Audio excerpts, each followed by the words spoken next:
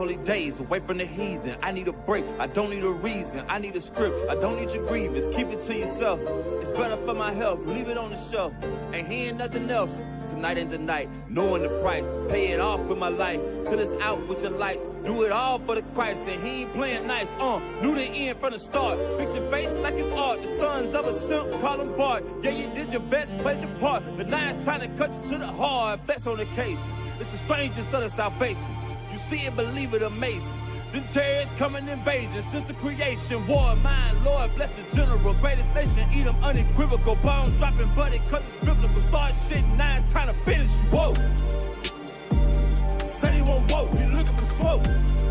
So, we give him some more. We want the world, we breaking them down. Taking the kingdom, can't wait for the crown. We want the world, we breaking them down. Taking the kingdom, can't wait for the crown. It's the end of the world. And the beginning of ours. It's the end of the world. And the beginning of ours. It's the end of the world. And the beginning of ours. We want the world, we breaking them down. Taking the kingdom, can't wait for the crown. It's the end of the world. I can't wait for our kingdom to start and for there to be finished. Get rid of all of their idols and lying religions. Look for the crown like an Edris. Hey, this that crown talk. Wisdom of Solomon 5 talk. This that second Edris 6 and 9. We want eyes talk. It's your time to end. And my time begin. It's our time to win. Away with the sin. You know what it is. Rejoice with my kin. See that is why we repented. Go to the streets, I can see myself in it. The city is bright, the kingdom of light. A wonderful sight past the angels, the inner light. I need 1,000 years of labor. Sit on my throne with my savior. Try to know wine, press alone. He bring pain like major. You think the nations is equal to us? T.K. Kirkland, who raised you? Flex on occasion, my God a racist. That's why we moving with patience. It's been a long time coming. I spent my whole life running. Now that I'm 10 toes down and established my faith on 100. Woe to the nations, my king will race them. You know they gotta be punished.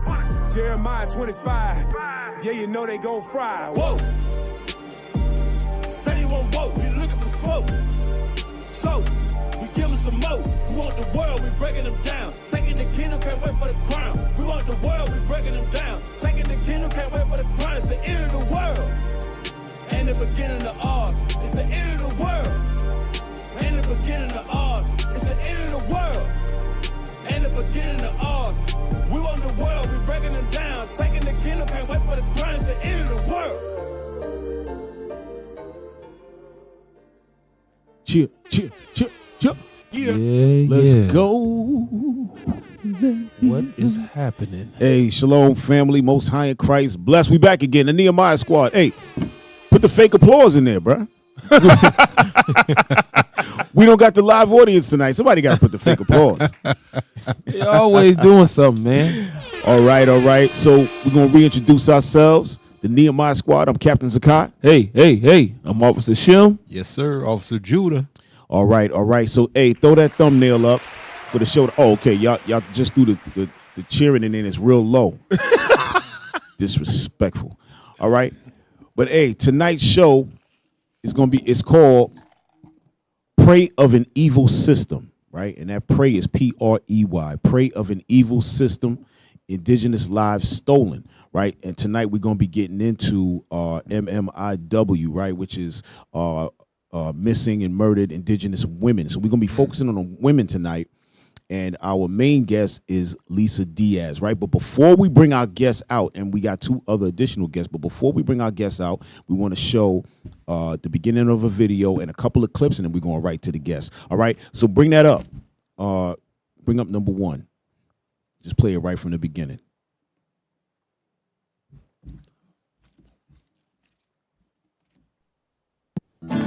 Missing and murdered Indigenous women, their cases never solved. In Northern California's most rustic landscape, behind this redwood curtain, lies a dark and devastating mystery. Got a phone call one day that my daughter was missing. Mothers, daughters, and sisters all vanishing into thin air. It's not safe. I could disappear and nobody would know. Resources are scarce. She was worthy of a search. She's still worthy. The tribe has essentially been told, well, you can't have jurisdiction for certain things. The county's in charge of that. but we're not going to give the county any extra money. We explore California's dark past that makes these tribal communities so vulnerable. You're looking at the massacres, of which there were a number. Right. You can hit pause on that. I just wanted to show that, you know, it's a real thing, right? And this video goes into, we're going to be jumping into that video in the middle of the interview. We're going to be touching on certain topics as well, going through it, right? But bring up number 8. I want to just put this up as well. It's a map of America showing the different states where,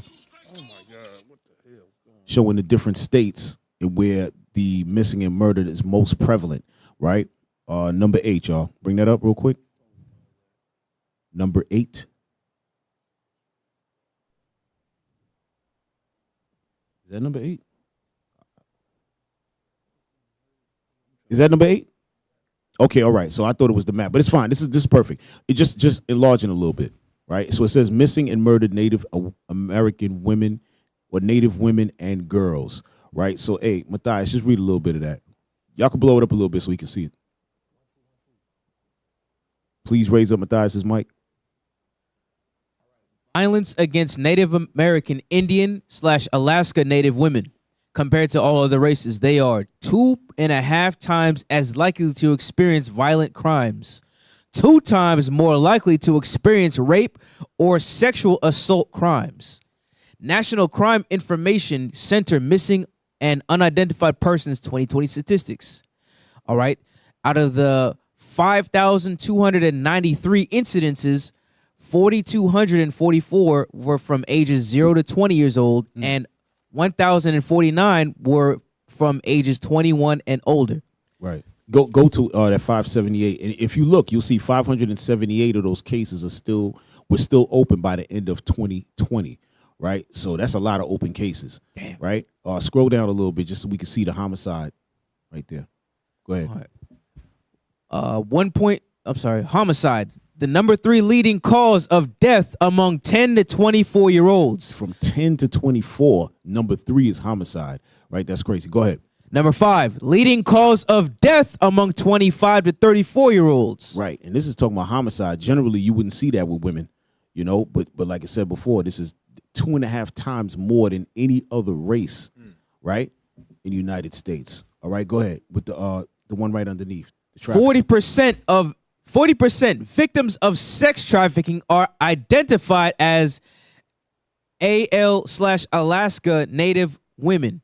Right, so that's I think it's Indigenous and Alaskan Native women. Right, so when you look here, it says the top 10 states with the highest number. It's not all marked off exactly which one, but when you look all the way to the right, you see. I think that's probably Virginia or West North Virginia. Carolina. That is North Carolina. Okay, sorry, West Virginia's up top. So that's North Carolina, and then as you can see, California's in there, right? And I believe California has the most Native Americans in America. That's what I read. I could be wrong, right?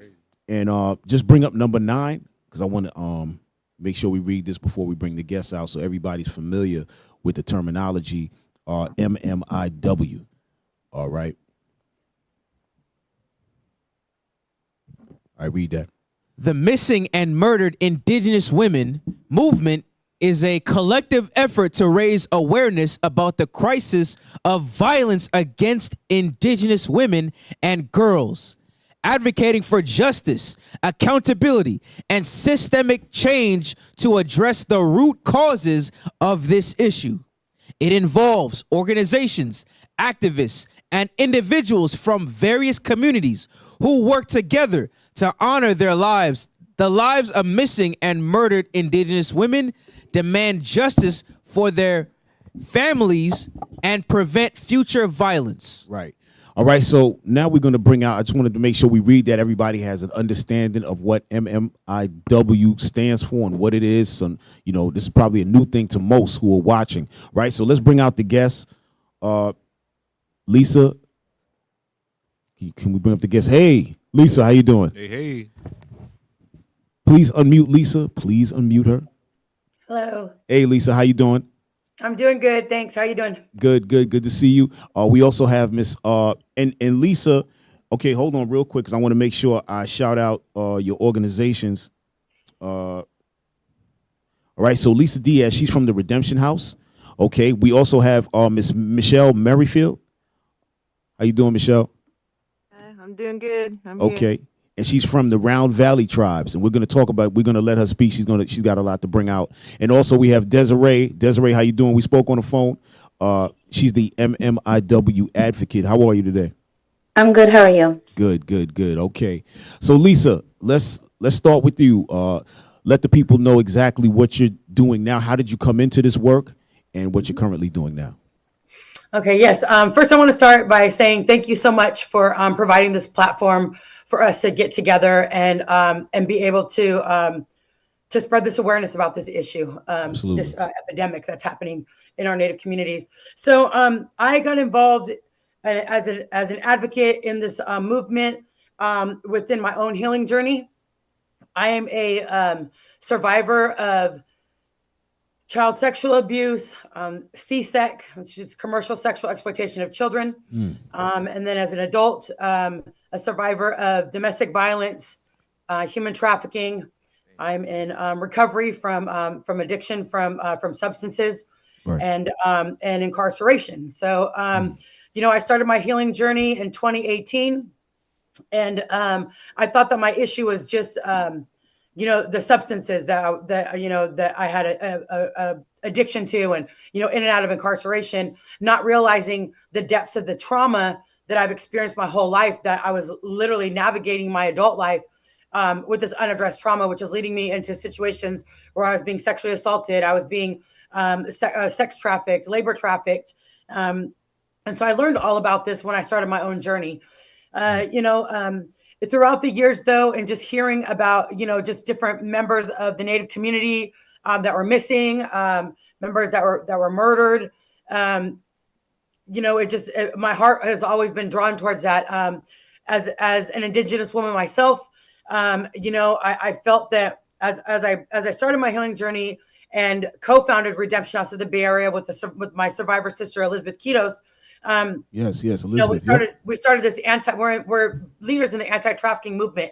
So as Indigenous leaders in our organization and in the anti-trafficking movement, and then understanding and learning the intersections of human trafficking and MMIW, it's really been drawn me to want to do this work and help spread awareness and do whatever we can do in order to raise awareness and support families and relatives that have missing and murdered loved ones. There was a time when my niece, I was really drawn into this movement when my niece was coming out of a ceremonial exploitation situation. Quick, Lisa, real quick. So when you say ceremonial exploitation, what is that exactly? So ceremonial exploitation is, in this form, was a man who proclaimed himself to be a medicine man. He traveled all around the United States and in Canada, providing ceremonies to heal people. In that he was drawing other people in, that people that were broken, coming from where they're like missing something. They were craving that cultural connection, right? So a lot of people that were drawn to him were people that are native descent, but they're not directly connected with their tribe, or they weren't raised traditionally. Absolutely. So this is a way that he drew them in, and it's actually a cult, right? It's a cult. And so this man did this for many years, and women were coming forward throughout the years. And my niece was traveling with him, sent to travel with him to learn the native ways and to learn dance and, to learn all these traditional ways. And the whole time she was being abused and nobody knew. But there were women that were coming forward saying, hey, this man sexually assaulted me, or, things were happening, and nobody was believing them. Nobody was listening to them, because there was this lateral violence amongst that circle that was shutting out these women that was coming forward. So for me, I was having a real big issue with this as a survivor myself, and understanding what it's like to come forward and not be believed. So I was disconnecting from this circle, questioning what was happening. I was seeing a lot of things that were making sense.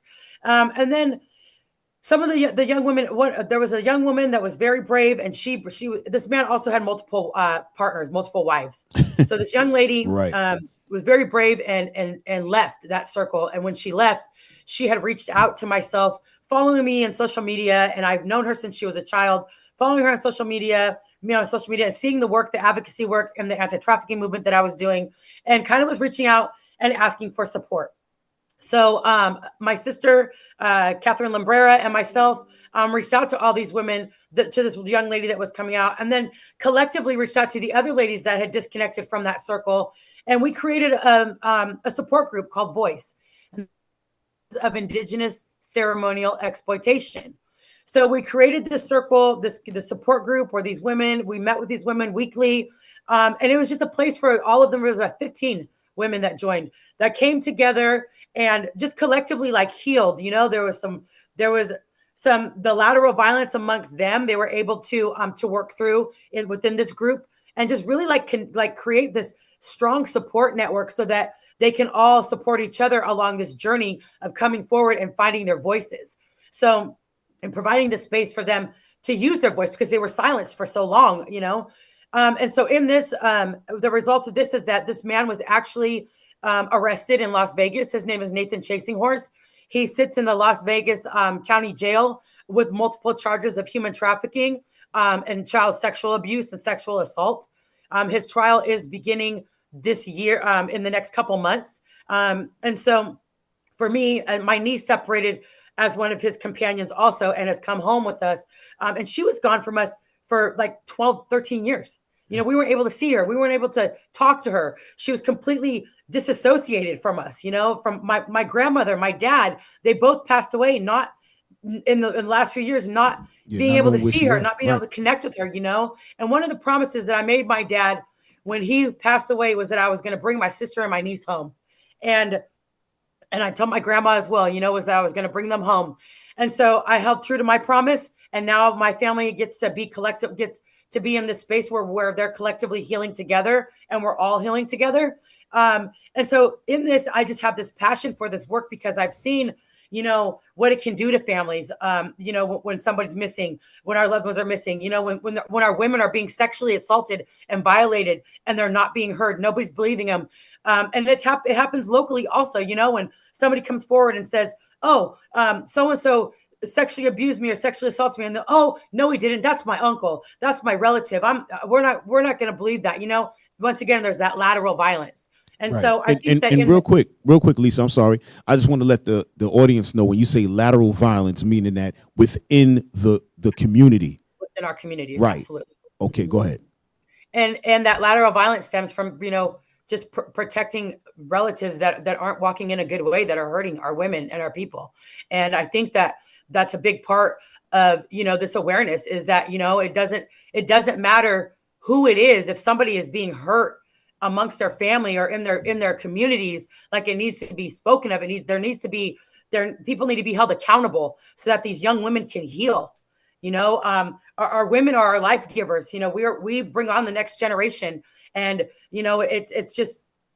it's really imperative that we're able to create safe communities for our young women and our young men, to walk in a good way and to be able to be free and not worry about being abused violently, sexually, emotionally, spiritually, to be able to be free to grow and to grow in our cultures and our beautiful culture, So in the work that I do, I've just become an advocate in the movement. Right. And let me say this as well. Right. So what we're dealing with is that when these crimes happen, right, the authorities are not really looking into it. That's really the issue, right? Because once you have these issues of trafficking, rape, so on and so forth, murders, that happens all over. But the point is that because they're natives, that the police and the authorities don't give it that much credibility. They just basically look at it like, okay, well, that's them. Yes, for the missing and murdered. Yes, as far as the sexual violence in the communities, a lot of times just the survivors aren't willing to come forward because they're in fear of not being believed, or they're in fear of retaliation from family members, being shunned from family members. So it's all about creating those safe spaces.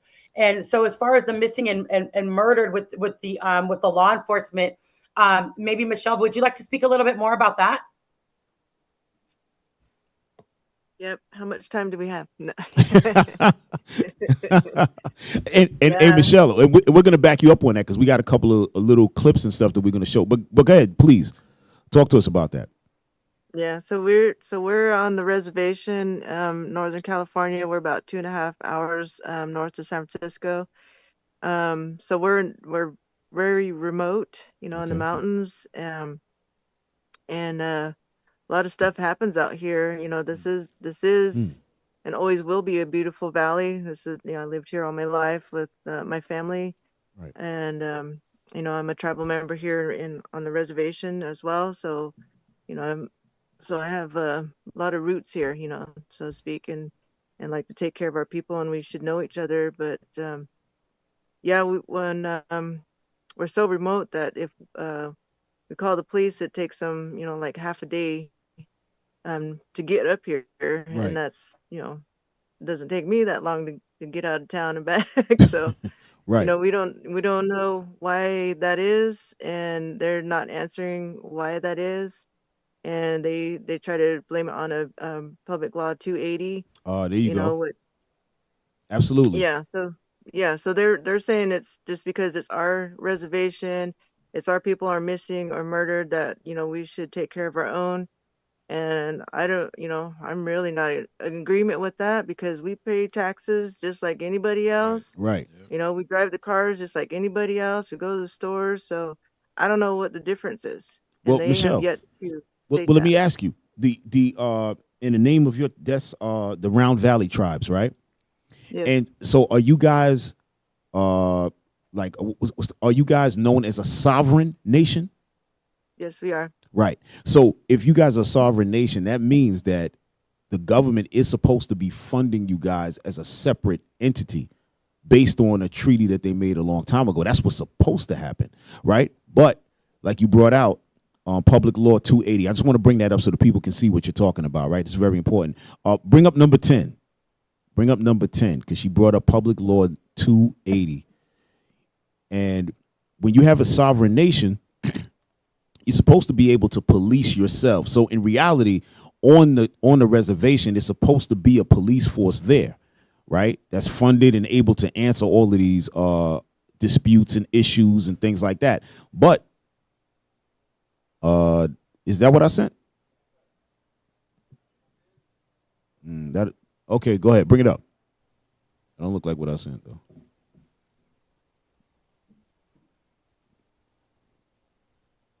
Yeah, but that doesn't look like what I sent though.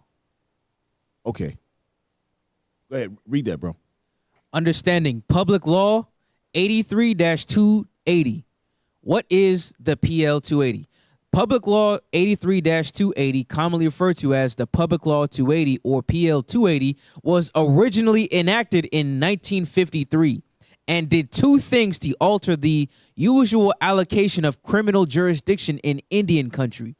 First, on the reservations to which it applied, it took away the federal government's authority to prosecute Indian country crimes based on 18 USC 1152, the Indian Country General Crimes Act, and 18 USC 1153, the Major Crimes Act. Second, it authorized the states of Alaska, California, Minnesota, Nebraska, Oregon, and Wisconsin to prosecute most crimes that occurred in Indian country. Exceptions were set forth for a few topic areas and on a few reservations, but the main result of Public Law 280 is that for most reservations in the 6 named states, federal criminal jurisdiction became extremely limited while state jurisdiction was greatly expanded. Right. So this is not actually the one I wanted to bring up. The one I wanted to bring up, I don't know why you guys don't have it, is a little bit clearer to understand. If you click on it, it'll pop right up. It's a little bit clearer to understand. That's the actual law. But I wanted this other thing because it makes it a lot more easier to understand. But I'm going to read something real quick. It says, like he said, enacted in 1953, granted California, 5 other states, criminal and civil jurisdiction over tribal lands and Native Americans within their borders, significantly impacting tribal sovereignty and self-governance, right? So what happens is that now, in order, this law impacted the the self-governance. In other words, now you can't have your own police force and so on and so forth. So now you have to rely on the states to come in and give certain money. But if California doesn't allocate money to the reservation, then therefore they're not going to be able to have a police force. Then they got to wait for the police to come from wherever, and then they're not showing up.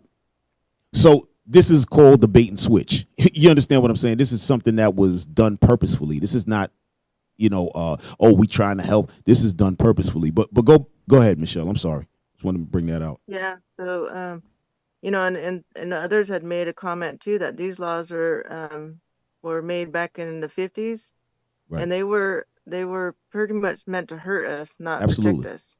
Absolutely. So I just want to put that out there, and I'll keep lobbying for that, make that change. Yeah.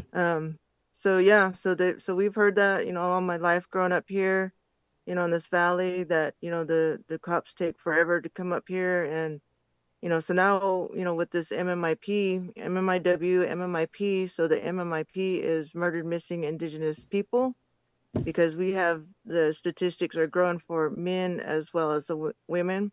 Right. And so that we're recognizing all that, and I always say no more stolen relatives, because they're being taken from us, and sometimes they're from our own people. Right. And in that video that, I could be fearful for my own life. I feel like I have a target on my back. I don't try to go to the store by myself. We have murders in this valley that they're just roaming around free. And so, yeah, it's scary. It's a scary situation. And some of them we know and some we don't, but why they're being protected is not right. And that's why Lisa and I and others are doing this work to keep that awareness out there. We're going to keep, telling people in their face, marches, whatever we've got to do to keep our kids safe, our women safe, and our men safe. So that's our mission. That's what we're going to be doing. Yeah, I mean, at the end of the day, let's say, for instance, you're on a reservation and you want to commit these crimes because whatever, you want to rob, you need money, so on and so forth. Nobody's going to do anything about it. So that's just going to ramp up that mentality, right?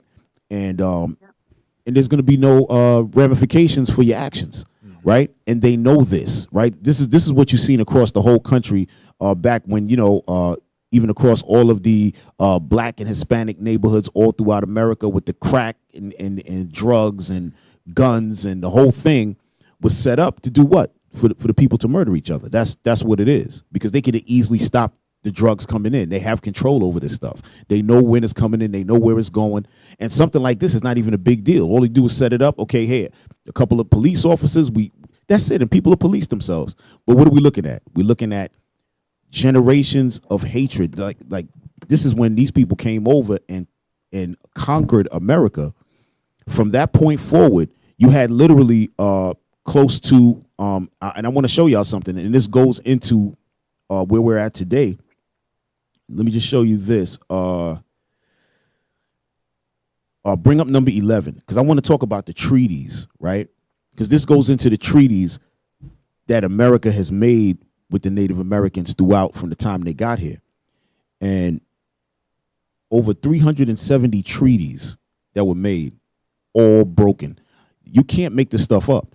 Hey, guys, what's going on? Number 11, we gotta move.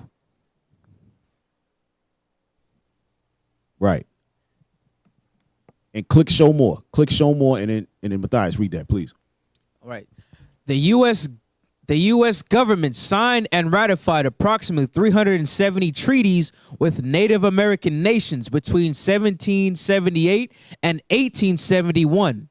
But many of these treaties were broken or altered by the U.S. government. When they say many, that means all. Right. That means all. Scroll down a little bit. Go where it says breaches and alterations. Breaches and alterations. Many of these treaties were not honored, and some were even unilaterally altered or nullified by the U.S. government. Right, so they just got rid of them. They just changed up whatever they wanted to do and got rid of them. Scroll down a little more, I'm sorry. Ongoing issues. Ongoing issues.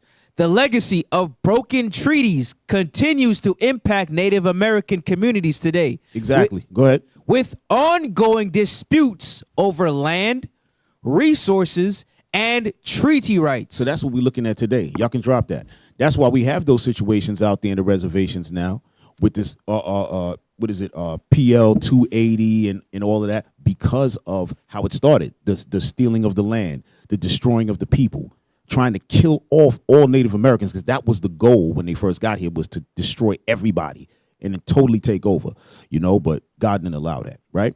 So this is where we at. But I digress. Hey, Desiree, how you doing? Are you all right? Yeah, I'm good. Okay, you want to jump in here real quick? Yeah, just because I know that you're kind of getting into the land, right? And yeah, it's really deep. And I think that a lot of people, when they think about missing and murdered Indigenous women, they don't go all the way back to the beginning, right? Like even the story of Pocahontas. Pocahontas was a little girl who, you know, was taken by a grown man. That's right. And then, you know, some people, you know, think she died of natural causes, but, you know, many people know that she was murdered. And so in reality, she was the first missing, you know, one of the first missing and murdered Indigenous women, right? She was trafficked. I'm not going to call her the first because, you know, she was somebody who, you know, became very popular, but there was so many women. There was so many women that were taken. And, you know, I wrote a song, and the lyrics that I said were, when we give without expecting, balance comes to heal the earth. When we only come for taking, all of us can feel her hurt. They cut off our braids, killed us as we prayed to make us doubt our faith. Our men were enslaved while women were raped to blind us from our strength. And so, you know, this was very, very intentional. You know, like literally there was women who literally had to sleep with the soldiers in order for them to be able to get food and water for their children. 100%. And then after they would sleep with the soldiers, then they were told that they were whores, right? And so the level of manipulation was so deep. And so you're talking about, you know, these people that are coming in with this idea that we're going to extract everything, right? We're going to extract the medicine from the land, and women are the medicine. And so that's what they do, is they look at the woman as something that they can extract from. And that is the reason why this stuff continues to happen. And you'll notice that it's true because in areas where they are mining the land, where they are raping the land, they are also raping the woman. So the same way that you treat the land is the same way that you treat the woman, because that is our Mother Earth. And so there are so many people that are brave because they are trying to protect the land. They are trying to protect the water. They are trying to protect our communities. And all of them are constantly being put on the front lines. And these people really do need support, because I have heard multiple stories about people having their lives threatened or people just disappearing. And this isn't just something that's happening here in the US. This is something that is a global epidemic, right? This is something that Indigenous peoples across the planet who are trying to protect land and water, they get killed. Why? Because they are in the way. And people think that genocide is something of the past, but it is not.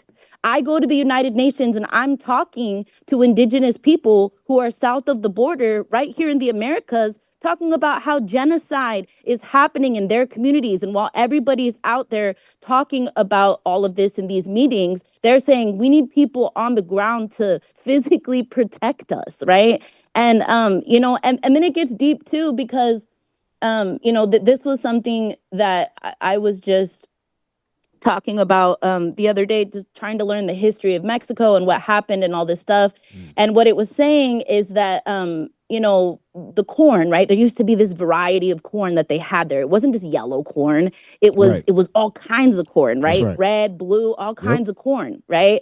And then they basically changed it into this monocrop, right? And then these big ag companies came in, took over, got a bunch of farmers to go out of work. So then what happens is that the men have to leave the countryside. They have to go into the city. So then who gets left, right? The woman. The women are vulnerable now, right? And then people were coming in and attacking the woman, right? And so a lot of people, you know, they say, oh, well, who are these zapatistas, right? These zapatistas in Mexico that are you know, they have weapons, right? It's because they're trying to protect their children from getting murdered, right? But what I want to say is that the U.S. government doesn't ever take responsibility for the problems that it creates. And you're right. Just like they say, oh, well, brown people, they're just killing other brown people. That's their problem, right? But they don't talk about the way that they're the ones who introduced alcohol into our communities. They don't talk about all of the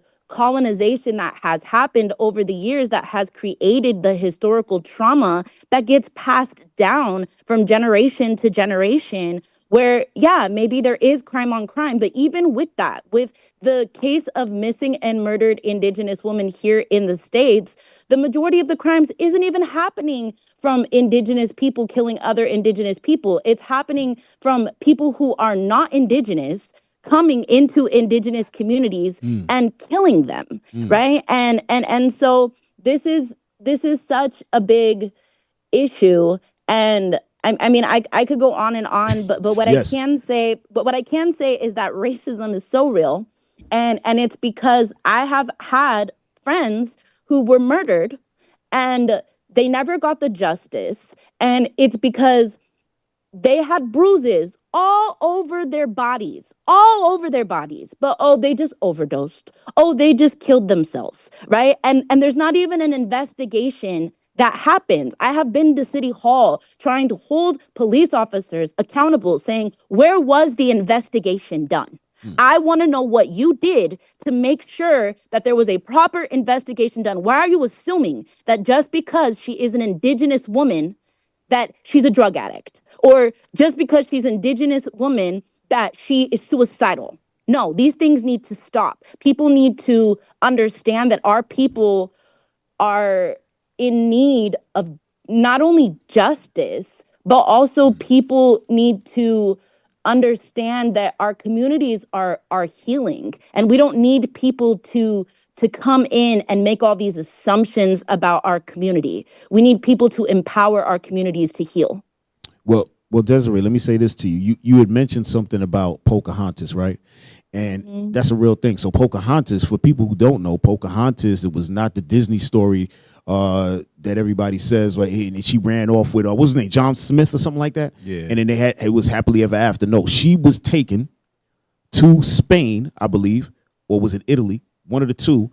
And she was over there, and they turned her into basically a prostitute over there. That is actually what happened. And she died there. I don't know if y'all know that, but that's really what happened to Pocahontas. They switched it up. Not only that, but go ahead, Lisa. I just want to say, just for the sake of changing the language around what happened, she was sex trafficked. That's what exactly. Well, while Desiree was speaking, I said she was sex trafficked, 100%. And also, when the Europeans came here, another thing they don't bring out is that they learned how to do what? How to grow crops. Yeah. How to take care of themselves. They didn't even know how to bathe and all of that. There was reservoir systems already here. There were houses here. There were pyramids here, right? There was much civilization here. They didn't come and civilize anybody. The Native Americans were not running around with loincloth and slapping each other over the face with dead. None of that was going on. It was a real civilized nation here. They came and stole everything because they wanted what they had. But I want to bring something out to you guys, right? And I don't know if you know this. Okay, so I want to bring out, there's a book. It's called The History of the American Indians, right? Let's go pull up number 7. All right, pull up number 7. I want to, have that opening page, and then we're going to hit a couple of those screenshots. I just want to show you guys something about the history, because most people, they want to know, how did the Native Americans even get the land, right? How were they here, right? But the Bible and other secular books show how the Native Americans came here, how this is their land, and God gave them this land, right? So when you have other people come and steal and say, oh, well, you know, we just took it. We don't know where it got from. We could just take it because they don't have a deed to the land. And this is the garbage that was going on. Like Desiree was bringing out, the even south of the border where you had who's known today as Hispanics, whether it's they call them Mexicans, they call them different names, right? Those people had that land. They came here in ships of their own volition, and they had those lands. Hey, do you have what I need? I just want to show y'all this. A couple of things we want to show you. Go ahead. Read. The history of the American Indians. The history of the American Indians, particularly those nations adjoining to the Mississippi East and West Florida, Georgia, South and North Carolina, and Virginia. Containing an account of their origin, language, manners, religious and civil customs. Hold on one second, because this was important. Because earlier on, when Lisa was discussing that people were trying to connect back to their customs, and this charlatan and this fake medicine man was trying to say, okay, you can get with me, but he had a little cult. But the point is that this book was written by a white man, and he came and made an account of the language, the manners, the religious and civil customs, laws. Go ahead. Form of government. Showing you they had a government already. Go ahead. Punishments. Conduct in war. Right. So they already had war conduct, right? Like they have today, like what they call it, the Geneva Convention and all of that. These people, the Native Americans already had it. Go ahead. And domestic life. Come on. Their habits. Right. Diet, agriculture, right? Manufacturers. If they had no civilization, then how were they manufacturing? Right. You know what I mean? Go ahead. Diseases. Go ahead. And method of cure and other particulars. Right. Sufficient to render it. Right. So now, just scroll up a little bit. Go ahead. I want you to read that part. Complete Indian system. A complete Indian system. And that word Indian really just means slave. Nobody was going by that name Indian. Go ahead. Observations on former historians, the conduct of our colony, governors, superintendents, missionaries, right, so and etc. Right. So this book was written by James Adair. Go to the next page, because this is what I really want to show you, sisters. The next page, please. Right. Blow that up.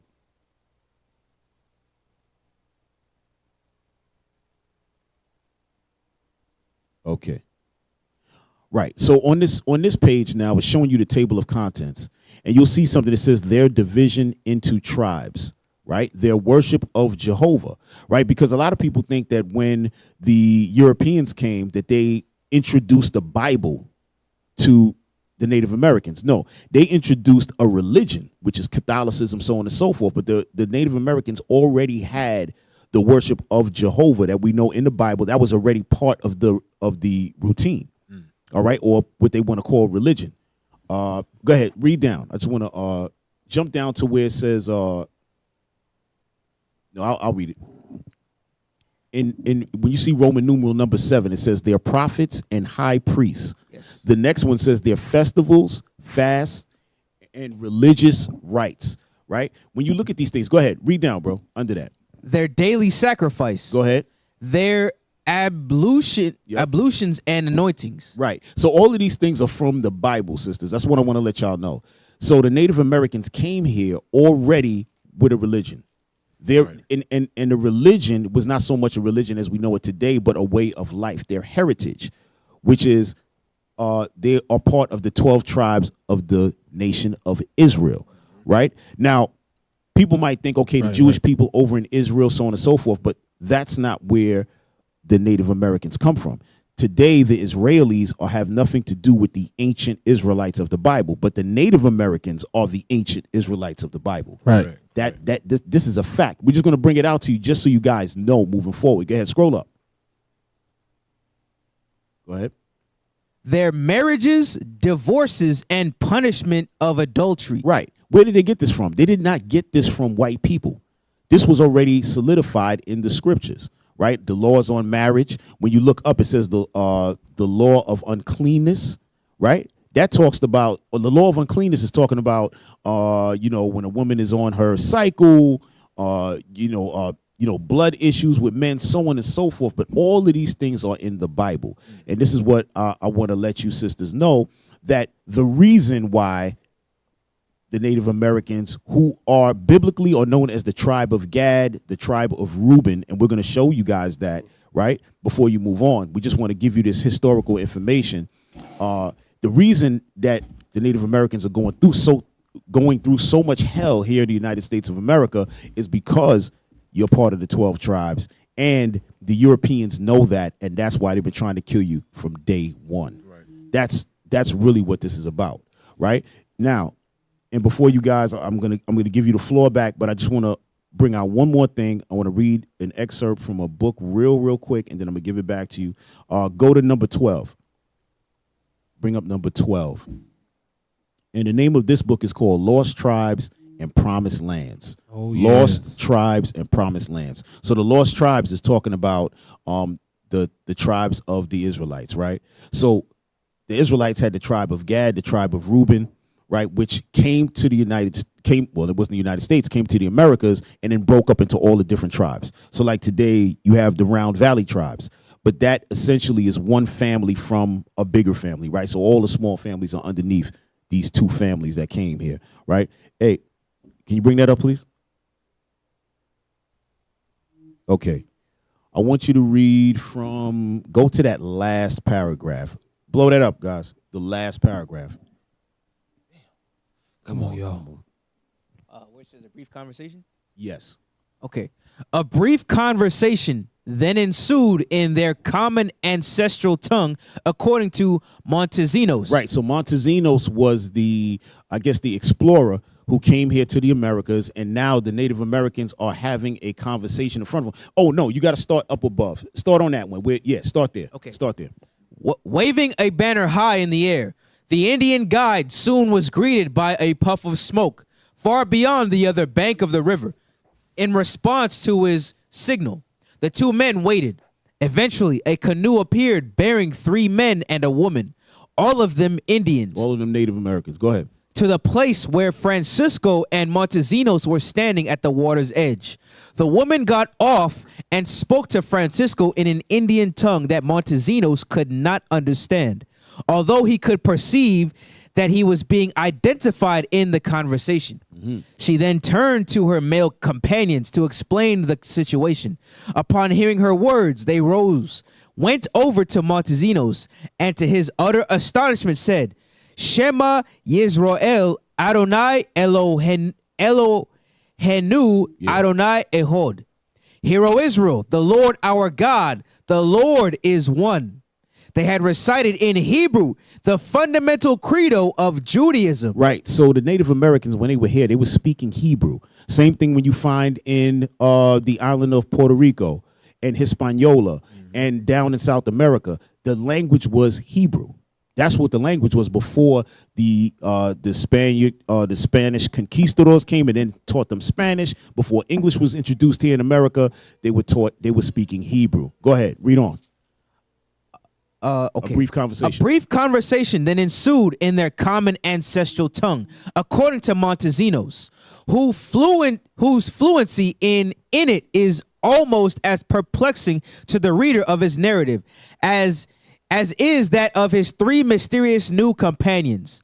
They told him that they were themselves of the tribe of Reuben. Right. So, sisters, the Native Americans told the explorer Montesinos that they were from the tribe of Reuben, which was one of the 12 tribes of Israel. Okay, go ahead, read on.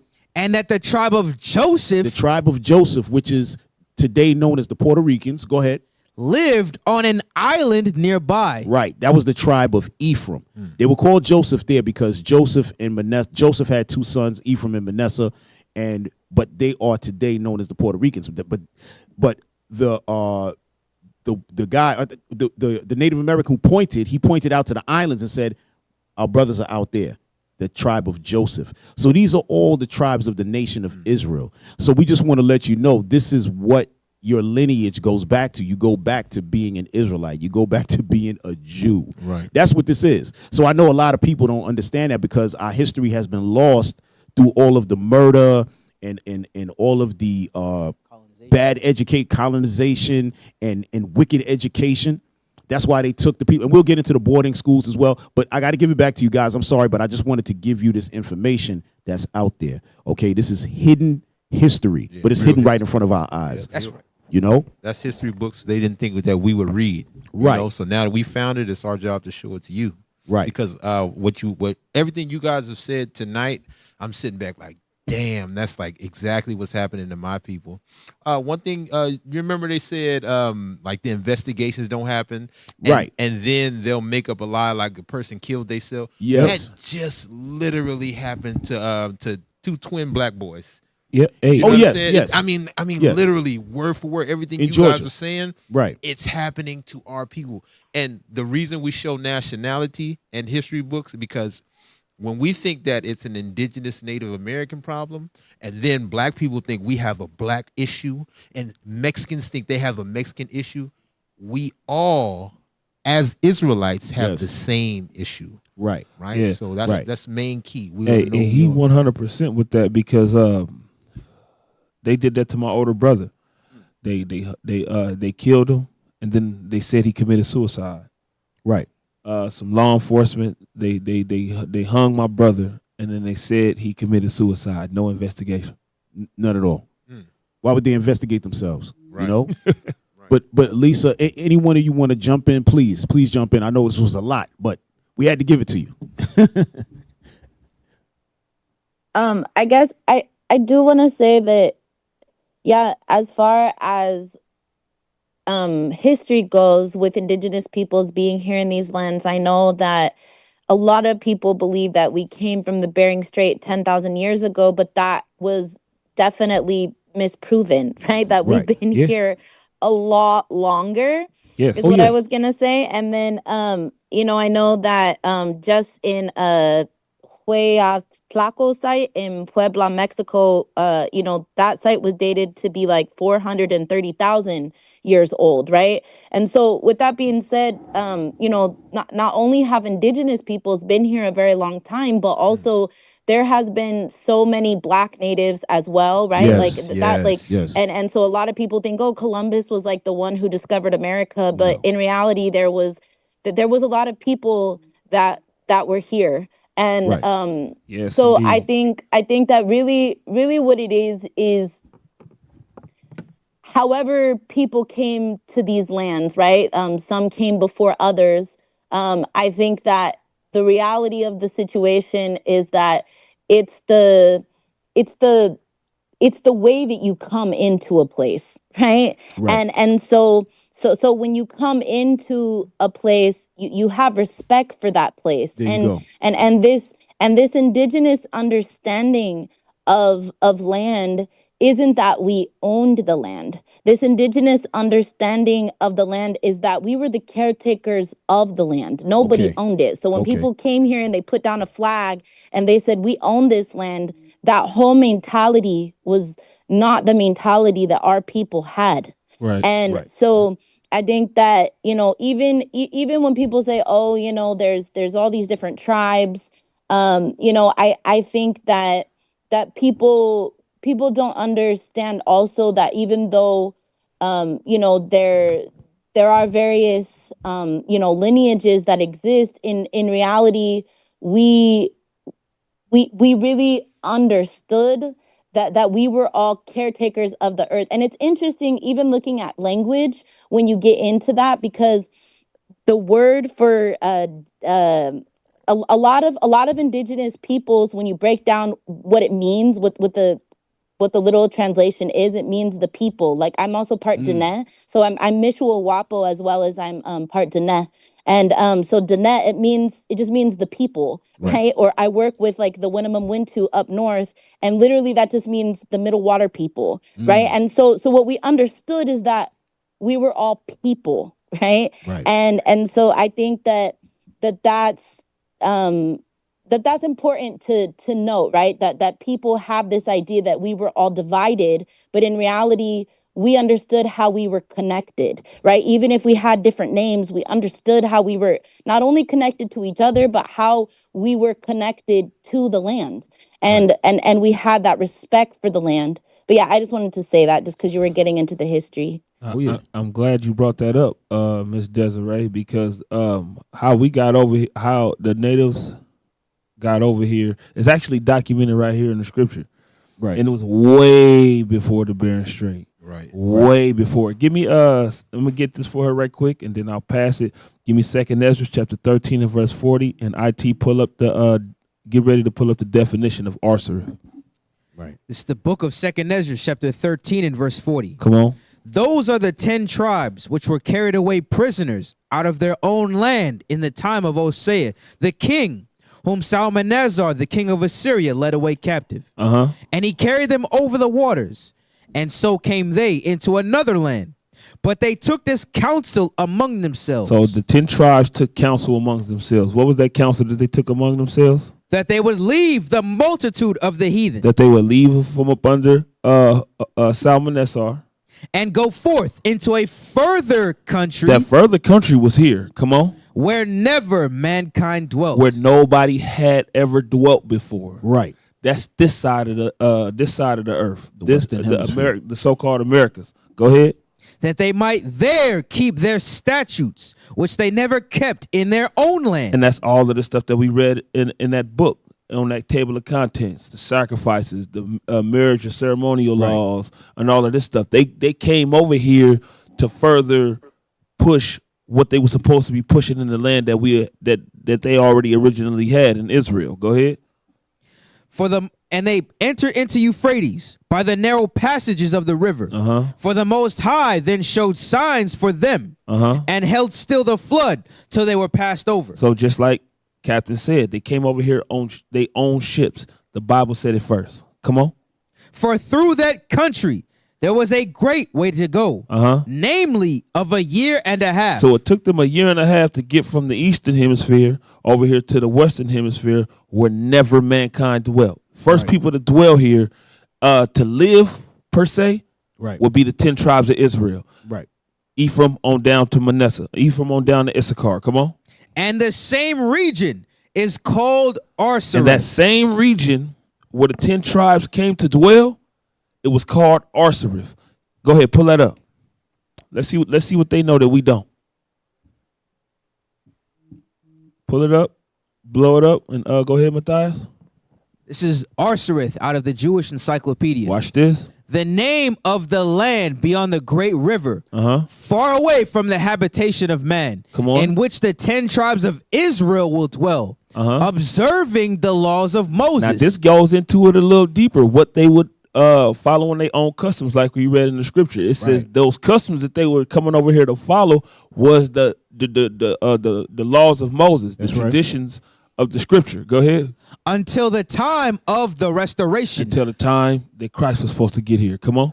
According to 4th Ezra 13:45. What we just read. Read. Columbus identified America with this land. Columbus identified America with Arsareth. When he came over here, he identified the Americas after they colonized with Arsareth. Arsareth is America. The scripture shows us that the 10 tribes came and it took them a year and a half to get here. Right. That's right. So he wasn't lost. He wasn't lost. He used our records to find us. Right. And then he knew how to deal with us once he got here. And the scripture talks about all of that. Right. And one thing we're going to also, and one thing you sisters know already, is that when Columbus came, he came with a Hebrew translator. Right. The question would be, why would he come with a Hebrew translator?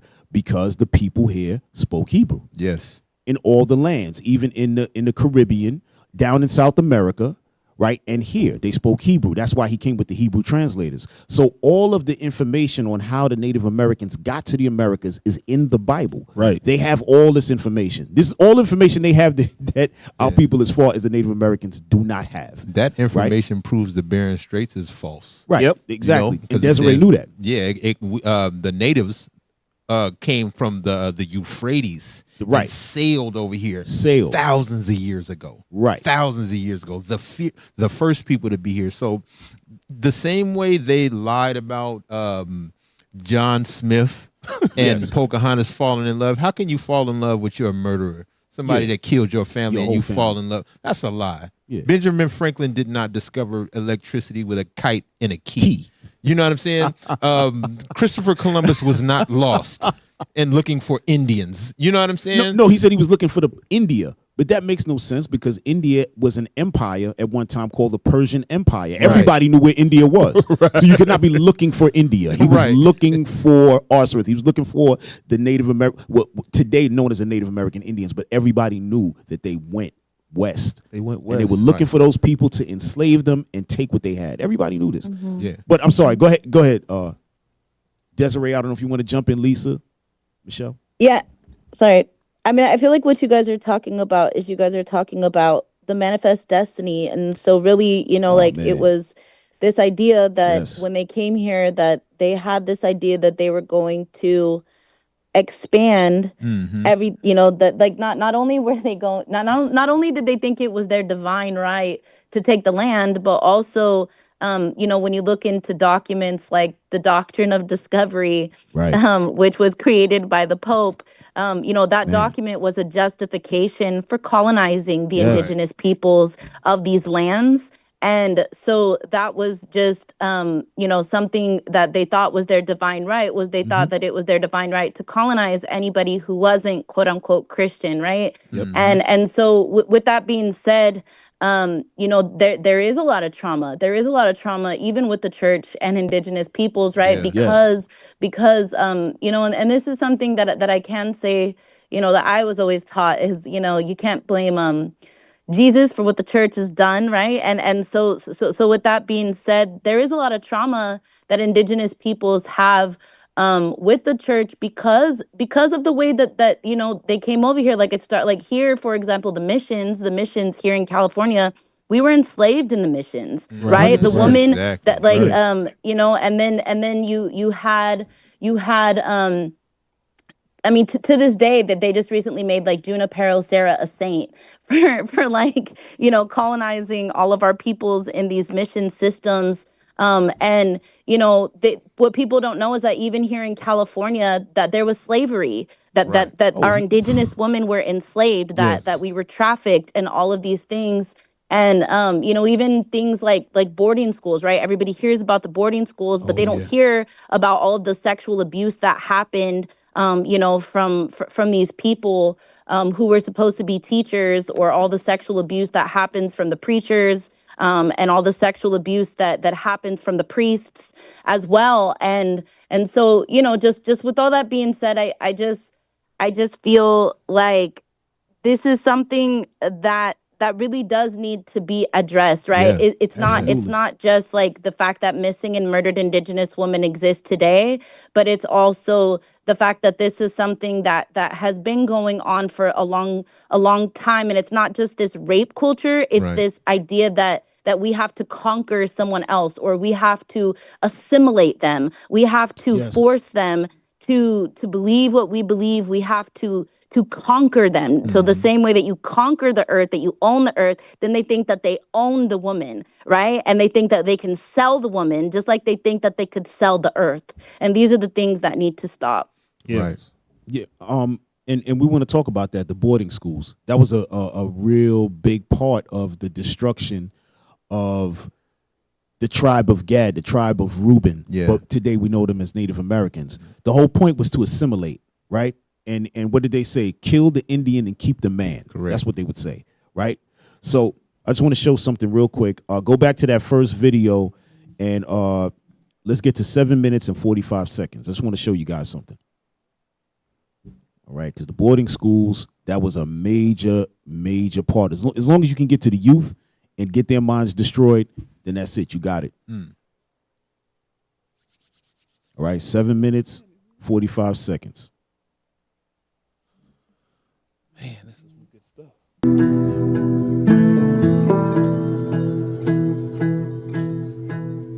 You guys there? Haunting images of headstones in an overgrown field. Many of the names completely faded away. They represent the 65 Indigenous children who died while attending a boarding school in Riverside. Their remains far away from their homes. Indigenous children were often taken from their parents and sent off to boarding schools to be assimilated into white culture. And even generations later, the trauma is still felt. Hit pause. So they know exactly why they were brought in to be assimilated into white culture. To do what? Leave all of their culture behind, leave all of their understanding behind, leave their God behind, and do what? Now they got to serve Catholicism. They have to serve whatever else, Baptist and all the others. You know what I mean? Because, and one thing we want to make clear as well, the Bible has nothing to do with religion. Not at all. Right? So these Catholics and all these different, the friars and all that came over here and destroyed the people, they were using the Bible as a weapon. Right? And plucking out what they wanted to, but they didn't pluck out the right thing. They clearly were not going to teach the people who they were. We're only going to 9 minutes and 15 seconds, guys. Redwood canoes are once again gliding on the Klamath. Actually getting a glimpse into our way of life before colonization. For Yurok tribal leader Philip Williams, it's a way to connect to his ancestors. It's important that we don't lose this culture. For thousands of years, these hand-carved dugouts traveled the river. The Yurok tribe revived the tradition. But it's not just the canoes that nearly went extinct. It's hard to accept the fact that there was a society that wanted you gone. Right. During the gold rush. Stop right there. You already said? He said it's hard to accept the fact that there was a society that wanted you gone. Because that's exactly what it was. They wanted every last Native American dead and out of here. Go ahead, hit play. Government officials funded a campaign to slaughter California's Indians. In just 20 years, 80% of the population was wiped out. Right. Hit pause for a second. And the same thing happened in Puerto Rico. When they went to Puerto Rico, they tried to kill every single, we're just going to, for the lack of a better word, Puerto Rican. They tried to kill every one of them, and they got the population down to like 30,000. And then it rebuilt back when the slaves came. And they rebuilt, Puerto Rico was rebuilt in terms of the actual people. But this is the mentality of the Europeans when they came, was to destroy everybody. Yep. Completely murder everybody. And when they got here, right, that's not even how they did it. They didn't get off the ships guns blazing. No. They didn't get off the ships ready to fight. They knew we were warriors. Right. They knew what the hell was going on. I'm going to read that later. Keep going, man. Yeah. Keep going. Yeah. Hey, push it to 10 minutes. Go to the 10-minute mark. I don't want to waste time here. Just go to the 10-minute mark. We're going to deal with this boarding school thing. Pull it back a little bit. Make sure we get everything. All right. Volume up, please. As for the historical wrongs, they include more than massacres. There was a systematic attempt to erase traditional values, behaviors, and beliefs by forcing Indian children into boarding schools. Forget your culture, forget your life, and become a white person.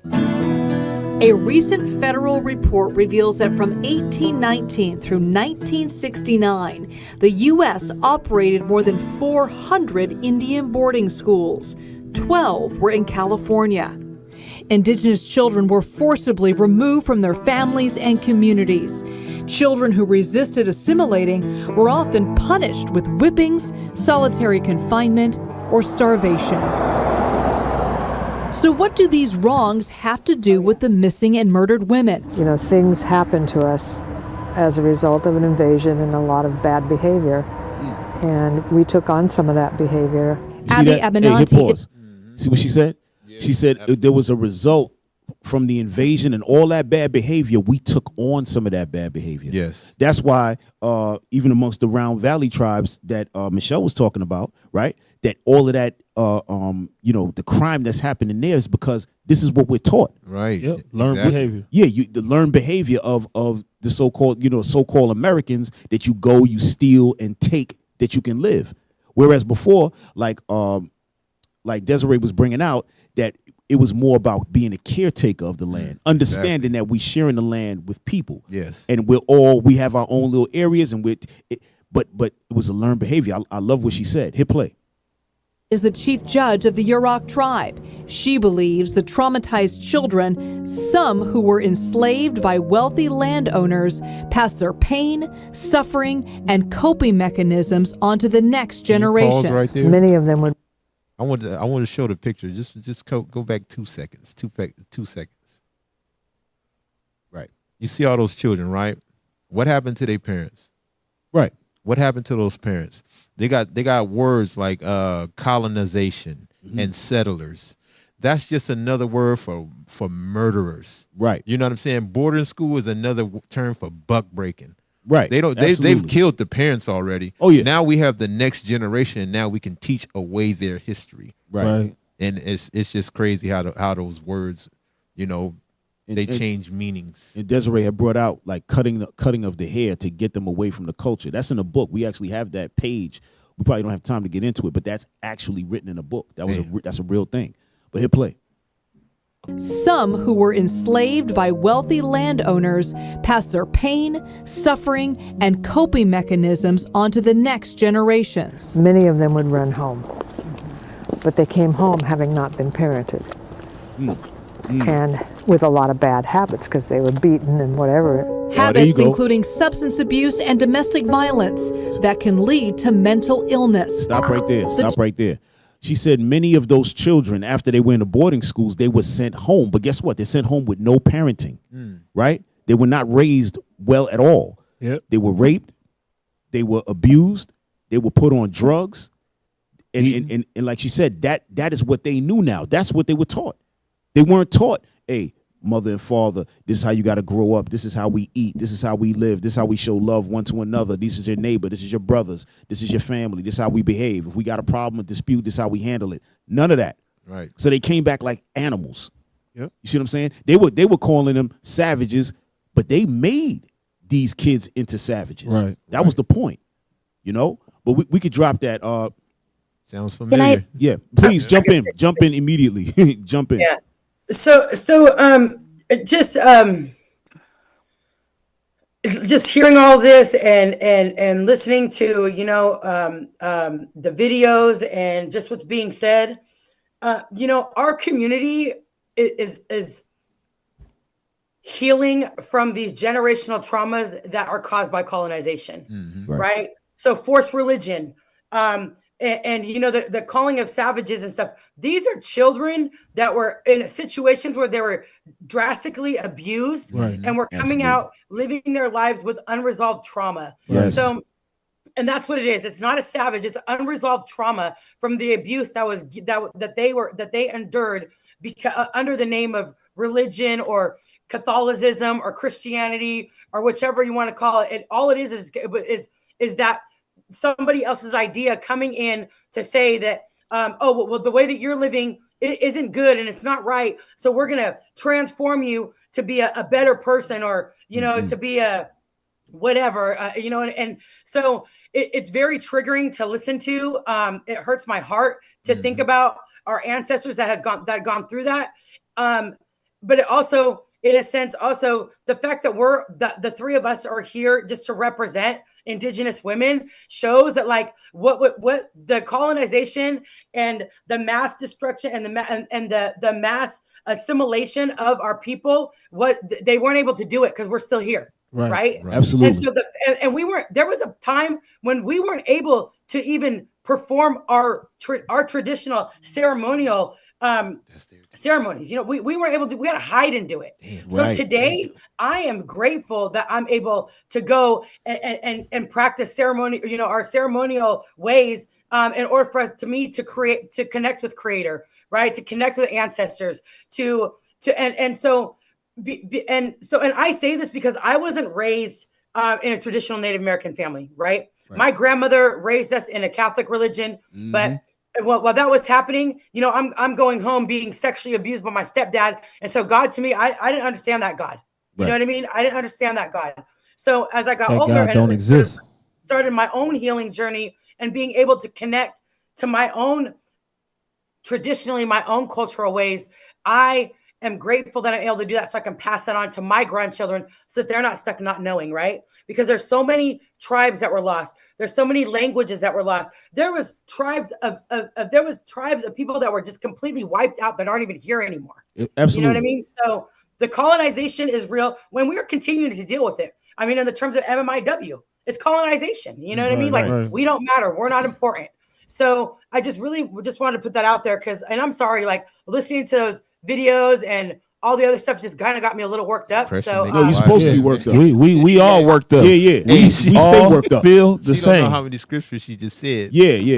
You quoted so many. I mean, you didn't mean to, but you went through a lot of things that's in the Bible, literally. Like as you were rattling off, it a lot of those same thoughts are in the scriptures. Right. You know, if you know, you know. Right. You know? And I say that to say this, man. Hey, we are one people. We going through the same struggle. It's not an indigenous problem. Remember, the people that colonized the indigenous are the same people that enslaved and colonized Africa. And you know what I'm saying? It's the same people. And everything. Right. Colonization is racism. Yeah. Right. And the trauma is passed down from generation to generation. Absolutely. Trauma does not stop at the parent. You know what I'm saying? So if you get a mentally abused parent and that parent has kids, guess what's going to teach? It's going to teach the child the same way. And then you got instances where you got young black gang members. That's not our nature. You know what I'm saying? Like you say, you got some maybe some bad people. That's not our nature. Those things have been learned. Those things have been learned. I see success from my oppressor. He shows me how to be successful. He cheats, he lies, he steals, he's successful. You know what I'm saying? And I try to do things right. I'm unsuccessful. So tangibly, if I cheat, lie, and steal, I'm going to be successful because that's what I see. Absolutely. And then they say, aha, that's how they always were. Which is not the case. That we were created to be like that. That's crazy. And I want to, sorry, I do want to say something really, really quick. And then I just want to pass it on to, I really want Michelle to be able to speak more also. And what I wanted to say is just that, this idea of it's your fault. It's your fault, right? It's the guilt. It's the shame. It's the blame, right? And that's what makes us, forget that we are medicine, right? And sorry, this was something that got brought up, and I have to say it.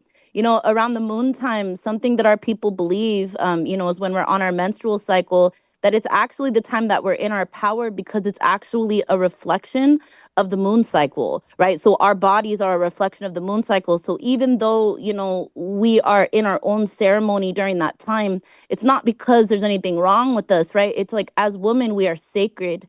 And it's super important, that we empower our women to know that they are sacred, to empower our women to know that their voices are important, right? And so I do just want them to also be able to, like Michelle specifically talking about the work that she's doing to empower our communities, right? To use their voices because it's, and while we do have her here, I know there's only 10 more minutes, but I just really want her to be able to speak.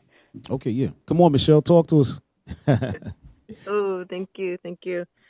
Yeah, so just hearing all that, it kind of it makes me proud to be sitting here today, because that means that somebody survived and we are resilient people in this nation. Whatever they threw at us, it didn't work. A lot of us did suffer, but we're here right now and our voices are going to be heard. And we're going to team up even more. We're going to come out, fighting and be stronger together, but we are a nation that we're still having to explain who we are and where we're from. Mm-hmm. And I'll keep telling people because I know who I am. I know where I came from. My roots are here in these mountains and these rivers. And so that's what I'm going to keep telling people, because they need to know. They need to know that history as well. Absolutely. But that's our mission, and we're gonna just keep our voices out there, and that's what we need. We need the support of the communities and the help of that, because it's been secret too many years, that we're gonna come out strong, and our people are strong, and everybody that is, thinking that they're broken or anything, there's nothing wrong with you. We are people here. I mean, my great grandmother went through a lot to make sure that we were here and that we live in both worlds. You know, we live in a white world and we're successful and we can do that, but we also know our native way, and that's Right. not ever going to, you know, leave us. We're going to keep that going strong, and that's what we're going to sit here and represent. And you know, Desiree and Lisa and I and a bunch of other ladies, you know, we're going to come strong and we're going to keep going forward. So I'm really proud of the history lesson of, you know, where we came from and stuff.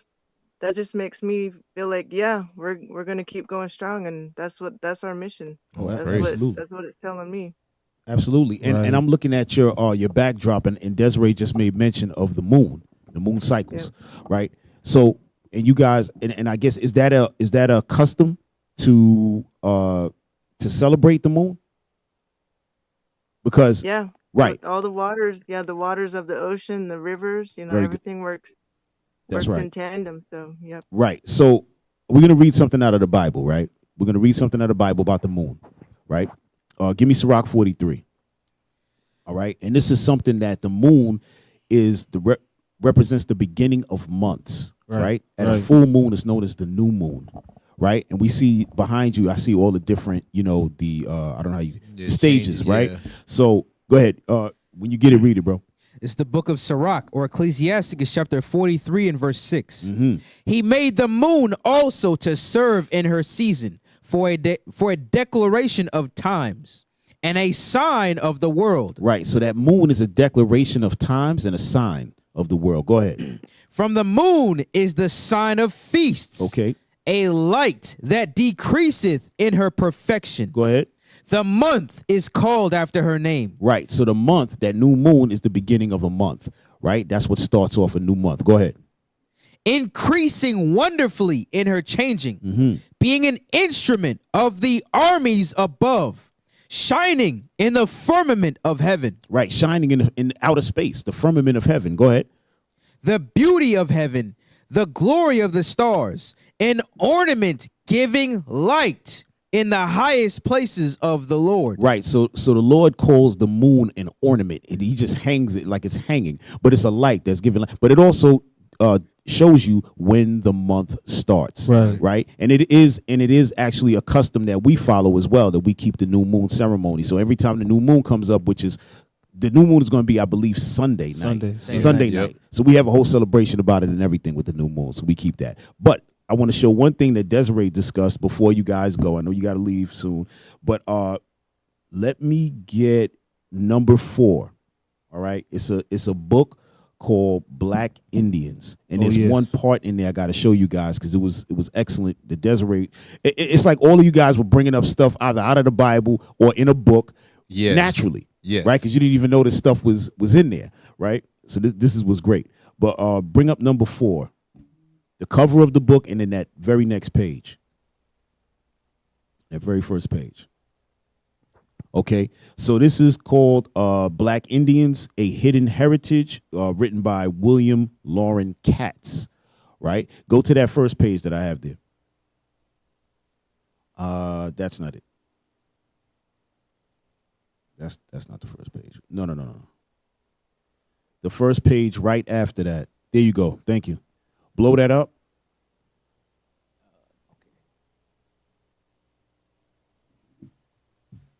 Okay, read that first. Read the top.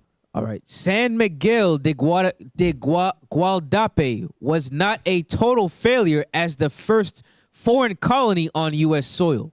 The Europeans left for home after 5 months, but Africans remained to build their own society with the Native Americans. Right. So who they're calling the Africans here, right? Because the black people that were brought over were not really, they were in Africa or in parts of Spain, because the first black people that came to the Americas as slaves actually came from Spain, because those black people, they had ruled Europe for almost 1,000 years. They were the Israelites, right? Different tribes, the tribe of Judah, Benjamin, Levi. Those were the tribes that were there running things, and some of them went down into Africa. So when they took these tribes as slaves, some of them were already here, that came from Spain, and then some were brought over from Spain, and some brought from Africa. They call them Africans, but they're actually Israelites, Hebrews. Well, go ahead.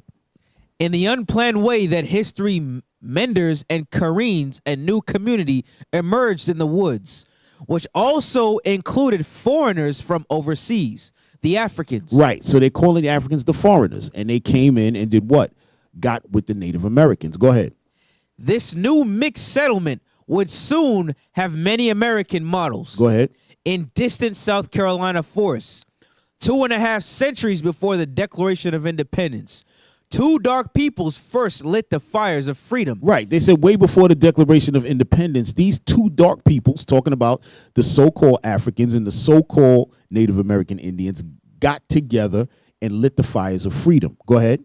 And exalted its principles. Mm-hmm. Though neither white, Christian... Right. Neither of these two dark people were white. Go ahead. Christian. They weren't Christians. Nor European. They were not Europeans. Go ahead. They became the first settlement of any permanence on these shores to include people from overseas. As such, they qualify as our earliest inheritance. Right, because the Native Americans and the blacks who came over as slaves were the first people to literally settle here and really live here, because the Europeans came and were going back and forth. They weren't really living here. But the two dark nations, or two dark peoples, have what? They showed that they can live together, and they lived here. But I want you to read this next part. Go ahead. There is no way of knowing how long the settlement remained free of European intervention. Right, because eventually the Europeans came back and destroyed them. Well, go ahead. Within a century, the march of white conquest would spill into their lovely streams and forests. But while this black Indian community lived, it provided the Americas with an example of frontier hospitality and democratic camaraderie. Right. So these people showed them how to live, how to be what? The example of a frontier hospitality, democratic camaraderie. Meaning what? There was no war going on. Right. They were living together. Just like Desiree was saying, they understood, okay, we're caretakers of the land. You guys came here slaves. They ran off. Native Americans said, okay, y'all are here with us now. Boom, this is what we're going to do. This is how we live. Yeah. Right? They showed them love. They showed peace with them. Right. And can I read this right quick, please? Give me Psalms chapter 55 and verse 20. Right. Because when they got here, our people showed peace with these people. They taught them stuff. Right. And I'm going to read this last part and then read that, because they got to go. Go ahead. Read that last paragraph. The story of this new community shows that our vaunted democracy did not march into the wilderness with buckled shoes and British accents. Mm-hmm. Rather, it was dancing around fireplaces in South Carolina, wrapped in dried animal skins, and singing African and native songs before the British arrived. Before the British arrived. Go ahead. This dark democracy. They called it the dark democracy, which was it's hilarious. Which is the Native Americans and the blacks who came over in slavery. Go ahead. This dark democracy lived in family groups before London companies set out settlers with muskets, Bibles, and concepts of private property. And that's what Desiree was saying. The concept of private property was not a thing. Everybody was living with each other. It had nothing to do, okay, I need a deed for this land. I need this, I need that, and stealing and all of that. No, they were living together, right? Because they realized they had something in common. It says that on a different page. It says that they knew that they have something in common as far as family, so on and so forth. But read that. Read what you got, bro. Give me Psalms 55 and verse 20. This is the book of Psalms, chapter 55 and verse 20. Because again, when they came here, our people was very hospitable. They showed them stuff, showed them how to crop, showed them how to hunt, showed them everything that they know. They didn't even know how to bathe. No, so we were very peaceful with these. Let me find a nice word. Michelle is laughing, but that's true. We have that in the book. It literally says that they didn't know how to bathe. They had to be taught how to use deodorant. Huh? Bottom feeders. Yeah, that's a good word. Thank you, Michelle. Right. The bottom feeders. Absolutely. Go ahead. Go ahead. Read that. He put forth his hands against such as be at peace with them. The Bible said and prophesied that this person, this colonizer, put forth his hand against people that were at peace with him. Come on. Right. He hath broken his covenant. And every covenant of peace that he made with the so-called Native Americans, he broke them. Right. That's the treaties. Every single last treaty that he had made with us. Come on. The words of his mouth were smoother than butter. Come on. But war was in his heart. So he had peace in one hand and a sword behind his back, talking smooth to us, but on the contrary, rise ready to war. Come on. Right. His words were softer than oil. Yet were they drawn swords. Yet were they drawn swords. They broke every treaty. Right. And this is the Bible that we read. This is prophecy that come out of our history. Right. Our history. Right. He said, listen, you're going to have your land. You're going to have your rights. Even the oil, all the oil that you see today, this belonged to them. They were already dealing with that. They already had oil. They were dealing with oil in different ways. The conquistadors, the invaders came, took that over. Even the way the oil was extracted was from the Native American Indians. Right. They just made a machine to do it faster, but that was something that was already created by the Native American. You can't make it up. We'll be here all night because I know you guys got stuff to go all night. We could go with you. This is really crazy. Right. But I know we came to the end of our time. Wait a minute. Somebody wanted to discuss something about May 3rd. You have something going on? Please bring it out. For the month of May, there's a couple of we call them walks and marches through town, through the public, in the public eye, to bring the awareness of the MMIP and MMIW out. Right. And let people know that we're this is still happening in our communities, and it's not just because we're out in a rural area. This is really happening, and we're asking for help. This awareness is really asking for help. Put in the public eye that we're kind of the statistics don't lie. People could read that, but right. So for our community up here, we're gonna have the march. And where's the march going to be, Michelle? In Round Valley. Okay. In the town of Covelo, yeah. And how you said it's a couple of hours outside of San Francisco? You said. It's about 2.5 hours north of San Francisco. Yes. Okay. All right. If you have any information on it, because I know you're dealing with the sister Sherry, Lisa. Any information you have, can you please send that to Sherry, and then we'll try our best to push that out there and give it some light. Yeah, I also have a quick announcement about another march that's happening because May is May 5th is actual MMIW Awareness Day. Okay. So normally all through May are marches and rallies and gatherings, and that's our time to really promote the awareness. All throughout the year, but in May is where we do most of our events.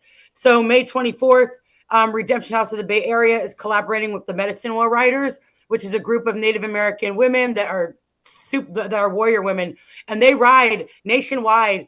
Their motorcycles are Harleys, right. To spread awareness and promote, awareness for around MMIW, and they support, families along the way where they're going. So we have collaborated with them once again this year again, and so we are going to be hosting a viewing of their documentary called "We Ride for Her." We will all be gathering at the Santa Rosa Vets Memorial Building, May 24th at 11 a.m. We'll start with the viewing of the documentary. After the documentary, we will all march to the downtown square, where we'll open up and give an opportunity for advocates or family members to share a little bit about the work they're doing or their missing or murdered loved ones or family members, and then we'll march back. So that's what we're doing out here in our area, just to be, just to spread awareness as well. So I just wanted to put that plug out there also. Yeah, absolutely. Desiree, you have any final thoughts, any final words for us?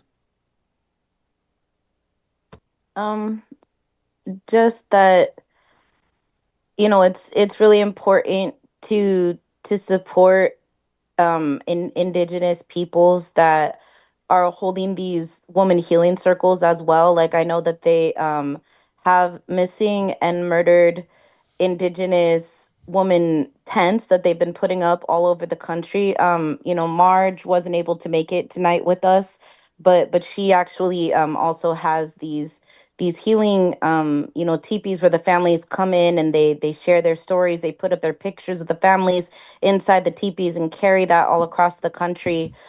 So yeah, unfortunately I don't have her website, but I do know that it's just important to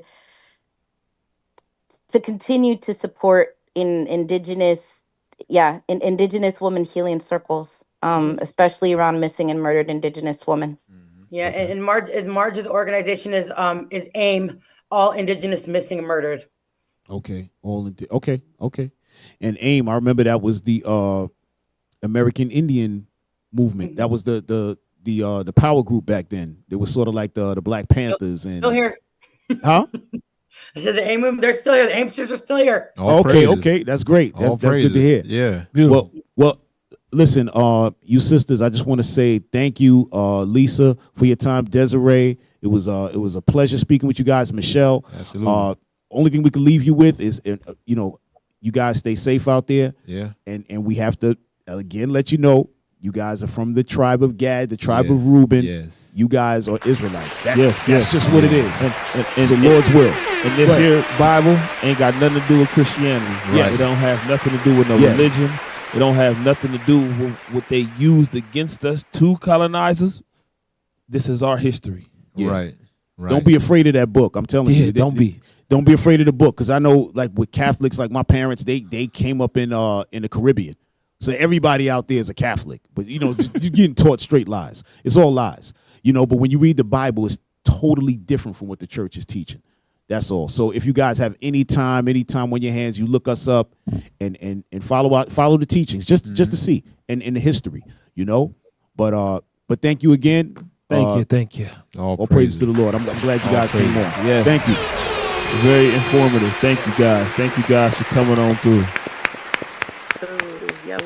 All right. Great guest. Hey, we stronger together, man. I'll tell you that. We are stronger together. I think it is an excellent plan of the colonizers to make all these new names, so you got fight your struggle over here in the corner, and then y'all fight y'all struggle over here in the corner. Because hey, if you guys was all together, we would destroy them completely. We would destroy them completely. Oh, wait a minute. There was there's something in that book. There's something in that book, Black Indians. Go back there. Let me see. For real. Hold on. This part is crazy. Man, Esau did a real number on this, man. Yeah, he did an excellent job. He did a damn number. With war in his heart. Bro. And you as Cap finding that, we as a people were being peaceful, and everything the Lord said that they were gonna do, we are a living, walking, talking Bible prophecy. Hey, listen, bring this up, man. I wish I found this before so they could see this, because I think it was you, Officer Shem, that said, no, you were saying that we're a military force if we're together, right? I forgot who said it, but go back to Black Indians and go to that. Go to the third page. No. Go to that second page. It should say page 28 on the top. All right. Yeah, that's it right there. All right. Go ahead. The first Africans brought to the New World by European slavers probably arrived in April 1502 aboard the ship that brought the new governor of Hispaniola, Nicholas de Ovando. Right, so the new governor of Hispaniola, if anybody doesn't know what Hispaniola is the island that houses the Dominican Republic and Haiti. All right, go ahead. Soon after they landed, some Africans escaped to the woods and found a new home among the Native Americans. Right, so as soon as they got here in the 1500s, the brothers just broke out. All right, and they're the Israelites, the Hebrews.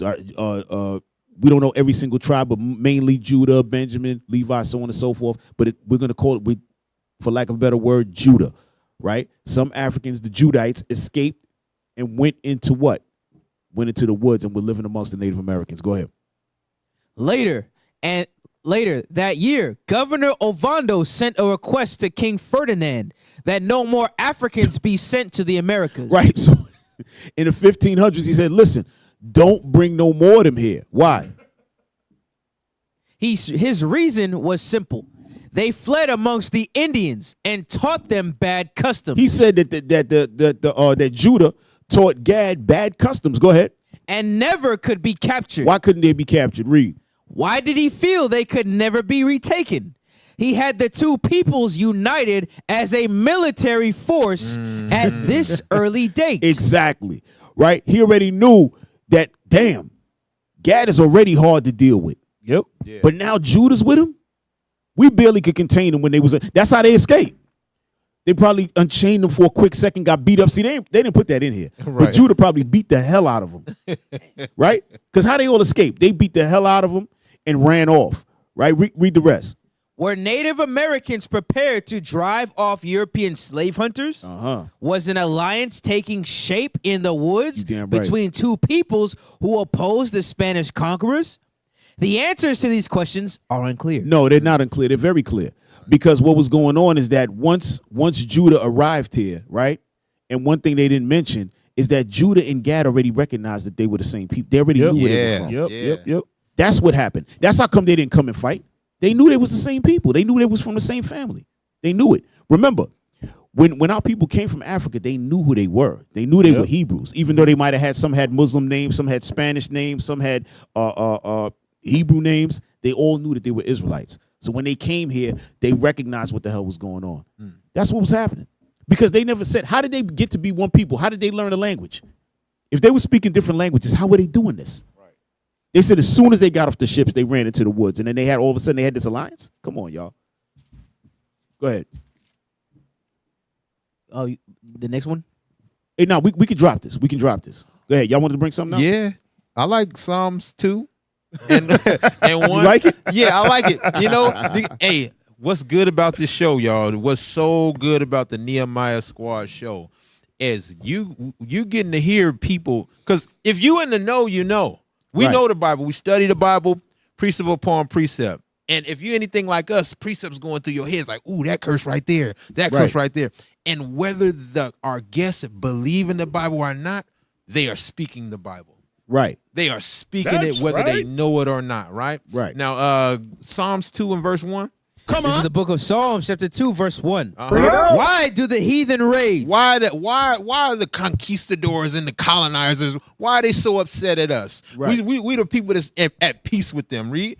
And the people imagine a vain thing. The kings of the earth set themselves, and the rulers take counsel together against the Lord and against his anointed, saying. So guess what? They are holding the Bible, but they're against God, and they're against God's people. Right. And what are they saying, read? Let us break their bands asunder. They want to break our unity asunder, what they have done so greatly. Right. They've done it so excellent that once you call yourself indigenous, without saying it, you saying, I've lost my nationality and let's just move on from here. We don't need it back.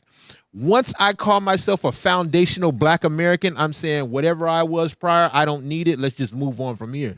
And the ban has been broken, right? You see what happened when we read in the book, when Judah's here, along with the Native Americans, and we were banded, we could not be captured. Right. So he said, don't send no more Judah over here. Yeah. Don't send Judah, please. Right. So we would have to break the bands asunder, read on. And cast away their cords from us. Right, because a threefold cord is not easily broken. No. Right, so guess what? Destroy the unity. Destroy the unity. And that was the whole game plan. You know what was beautiful about what we read, right? Because they said 1502. That's when Judah was here, and they said, don't bring no more Judah. It took them 100 years to bring Judah back. Because when we started coming back again, 1619. Yep. It took over 100 years for them to figure out, okay, now we can bring them. You know what kind of hell they was going through trying to deal with Gad and Judah? Man. That book, that little sentence we read let us know the hell they was going through. Right. Remember the book? There was a book that Deacon Athon brought out a while back that was talking about how the Gadite women was holding deers on their back. Strong. Do y'all remember that? They would kill a deer and then put the deer on their back. Y'all know how much a deer weighs? Bruh. That was the sisters. What the brothers was dealing with. Right. Bro, when you listen, if we had time, we would have been real stupid in here today. Right. Yeah, we would would have real strong Black woman. Real deep. We would have showed Gad running up the mountains. Remember they was talking about that, how he's running up the side of the mountains and all that. They look like deers. Yeah. Yo, listen. Esau was like, yo, listen, we can't stay here all the time now. We got to get back home. You got to send somebody else. And another thing, don't send Judah. Yeah. Please. Yo, give me Genesis 49 and 19. That's why it took 100 years for them. I never noticed that before. 1502 and then again in 1619. That's when it took them 100 years to lock down Gad. That's the only, listen, 49 and 19. Go ahead, Genesis. Genesis chapter 49, verse 19. Come on. Gad, a troop shall overcome him. A troop shall overcome him. Meaning what? The United States cavalry shall finally overcome him. But go ahead. But he shall overcome at the last. Right. Gad's going to overcome at the last with the time of restoration. Like the book said. Right? Yep. When Christ returned and the 12 is gathered back together. All right? Hey, give me Jeremiah 50 and 33. Yes. All right? Because our people, the so-called Native Americans who are the tribe of Gad, who are the tribe of Reuben, okay? What? It shows you that when Judah came, that what? They were together. And oppressed together, right? Because eventually they went and destroyed their places and took them all into slavery. Go ahead. This is the book of Jeremiah, chapter 50, verse 33. Come on. Thus saith the Lord of hosts, the children of Israel and the children of Judah were oppressed together. The children of Israel, which is the northern kingdom, which houses the tribe of Gad, the tribe of Reuben. And what? The southern kingdom, which is the nation of Judah, were what? Oppressed together. Go ahead. And all that took them captives held them fast. Right. They refused to let them go. They refused to let us go. They wouldn't. They held us down. I got one more. Give me Jeremiah 12 and 9. I got to get this. Because the people who might be seeing this and saying, well, listen, okay, I understand what the history is saying and so on and so forth, but why do you guys look so different? No, that's what people get caught up in that. Yeah, they do. Why do you look so different? If that's the case, then maybe you're not really related. You just hung out with each other because you liked each other. No, that's not, that ain't what happened. Go ahead. Jeremiah chapter 12, verse 9. Mine heritage is unto me as a speckled bird. The Lord said, my heritage is unto me as a speckled bird, meaning the entire northern kingdom, the entire southern kingdom, all 12 tribes is a speckled bird. Hey, listen, pull up images of a speckled bird, because I know people hear that in the scriptures. They're like, oh, okay, speckled bird. I don't know what that means. Bring up images of speckled birds. All right? This stuff is important. When we read it, we need to see, our people need visual aids. Right. You know what I mean? Right. We need visual aids. For real. Because that's what's going to get us and make us understand. Like even that book right there, Black Indians. I like the way, look at this, y'all. Right. Look at this is speckled birds. The one far on the right. Right. Beautiful bird. Right. That one. He's purple, blue, green. And the one right next to him, they're the same species. Right. That's what this is showing you. This is all the same species of bird with different flavors. What? Okay? That's our people. Different flavors, same family. Why? Because when we went to Syria, the northern kingdom had a little bit more mixing going on than the southern kingdom. Yep. Right? So you got these different looks, but it's the same people. Look at that. All of these are speckled birds. The Lord know what he's doing. Exactly. Go ahead, y'all. Y'all want to bring something? Yeah, and I'm glad you brought out that Jeremiah 50:33, right? Because a lot of the stuff that the sisters was bringing out about the trauma that was going on with the indigenous and the children being taken, the sisters being raped.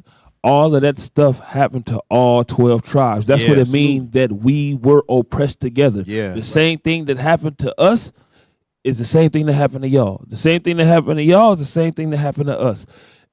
That they did us the exact same way. That's why I say we were oppressed together. And still, we can't escape these curses. When you read Deuteronomy 28, it says those curses be upon us for a sign and a wonder, and upon the seed, the seed of Israel forever. So guess what? Everything those sisters was talking about, each and every one of us can relate to in some shape, form, or fashion. Right. Give me Isaiah 42 real quick. Isaiah 42 and 22. It's the book of Isaiah, chapter 42 and verse 22. But this is a people robbed and spoiled. My people been robbed and spoiled. I'm pretty sure the indigenous people feel like they've been robbed and spoiled. Oh, yeah. Spoiled is like made no good. You can't drink spoiled milk. It's no good no more. So now look at us at the end. After we've been taken from, now we are no good people as far as the eye can see. Right? Read on. They are all of them snared in holes. We all snared in holes, right? So we trapped in ghettos. They will be trapped in reservations, right? We have no police protection here. They have no police protection there. Black women missing at an alarming rate. Indigenous missing at alarming rate. For some reason, exact same thing is happening in these holes, In Reed. both communities. And they are hid in prison houses. And we hid in prison houses, Reed. They are for a prey. And none delivereth. Nobody's coming to help the black community. Nobody's coming to help the Hispanic community. Nobody's coming to help the Native Americans. Read. For a spoil, and none saith restore. Nobody's saying give them back what you owe them. Nobody's saying that to us. You know, so how are all these so-called different races going through the same thing? Because we are the same seed. Right. We the same seed. So whether we like it or not, this is a book of prophecy. Oh yeah. It's undefeated. 100%. Hey, real quick, go back to the Black Indians. All right, go back to the Black Indians book and pull up the page 40. Page 40. It says Maroon Communities. Maroon Communities. Should be the last one under the last page underneath Black Indians.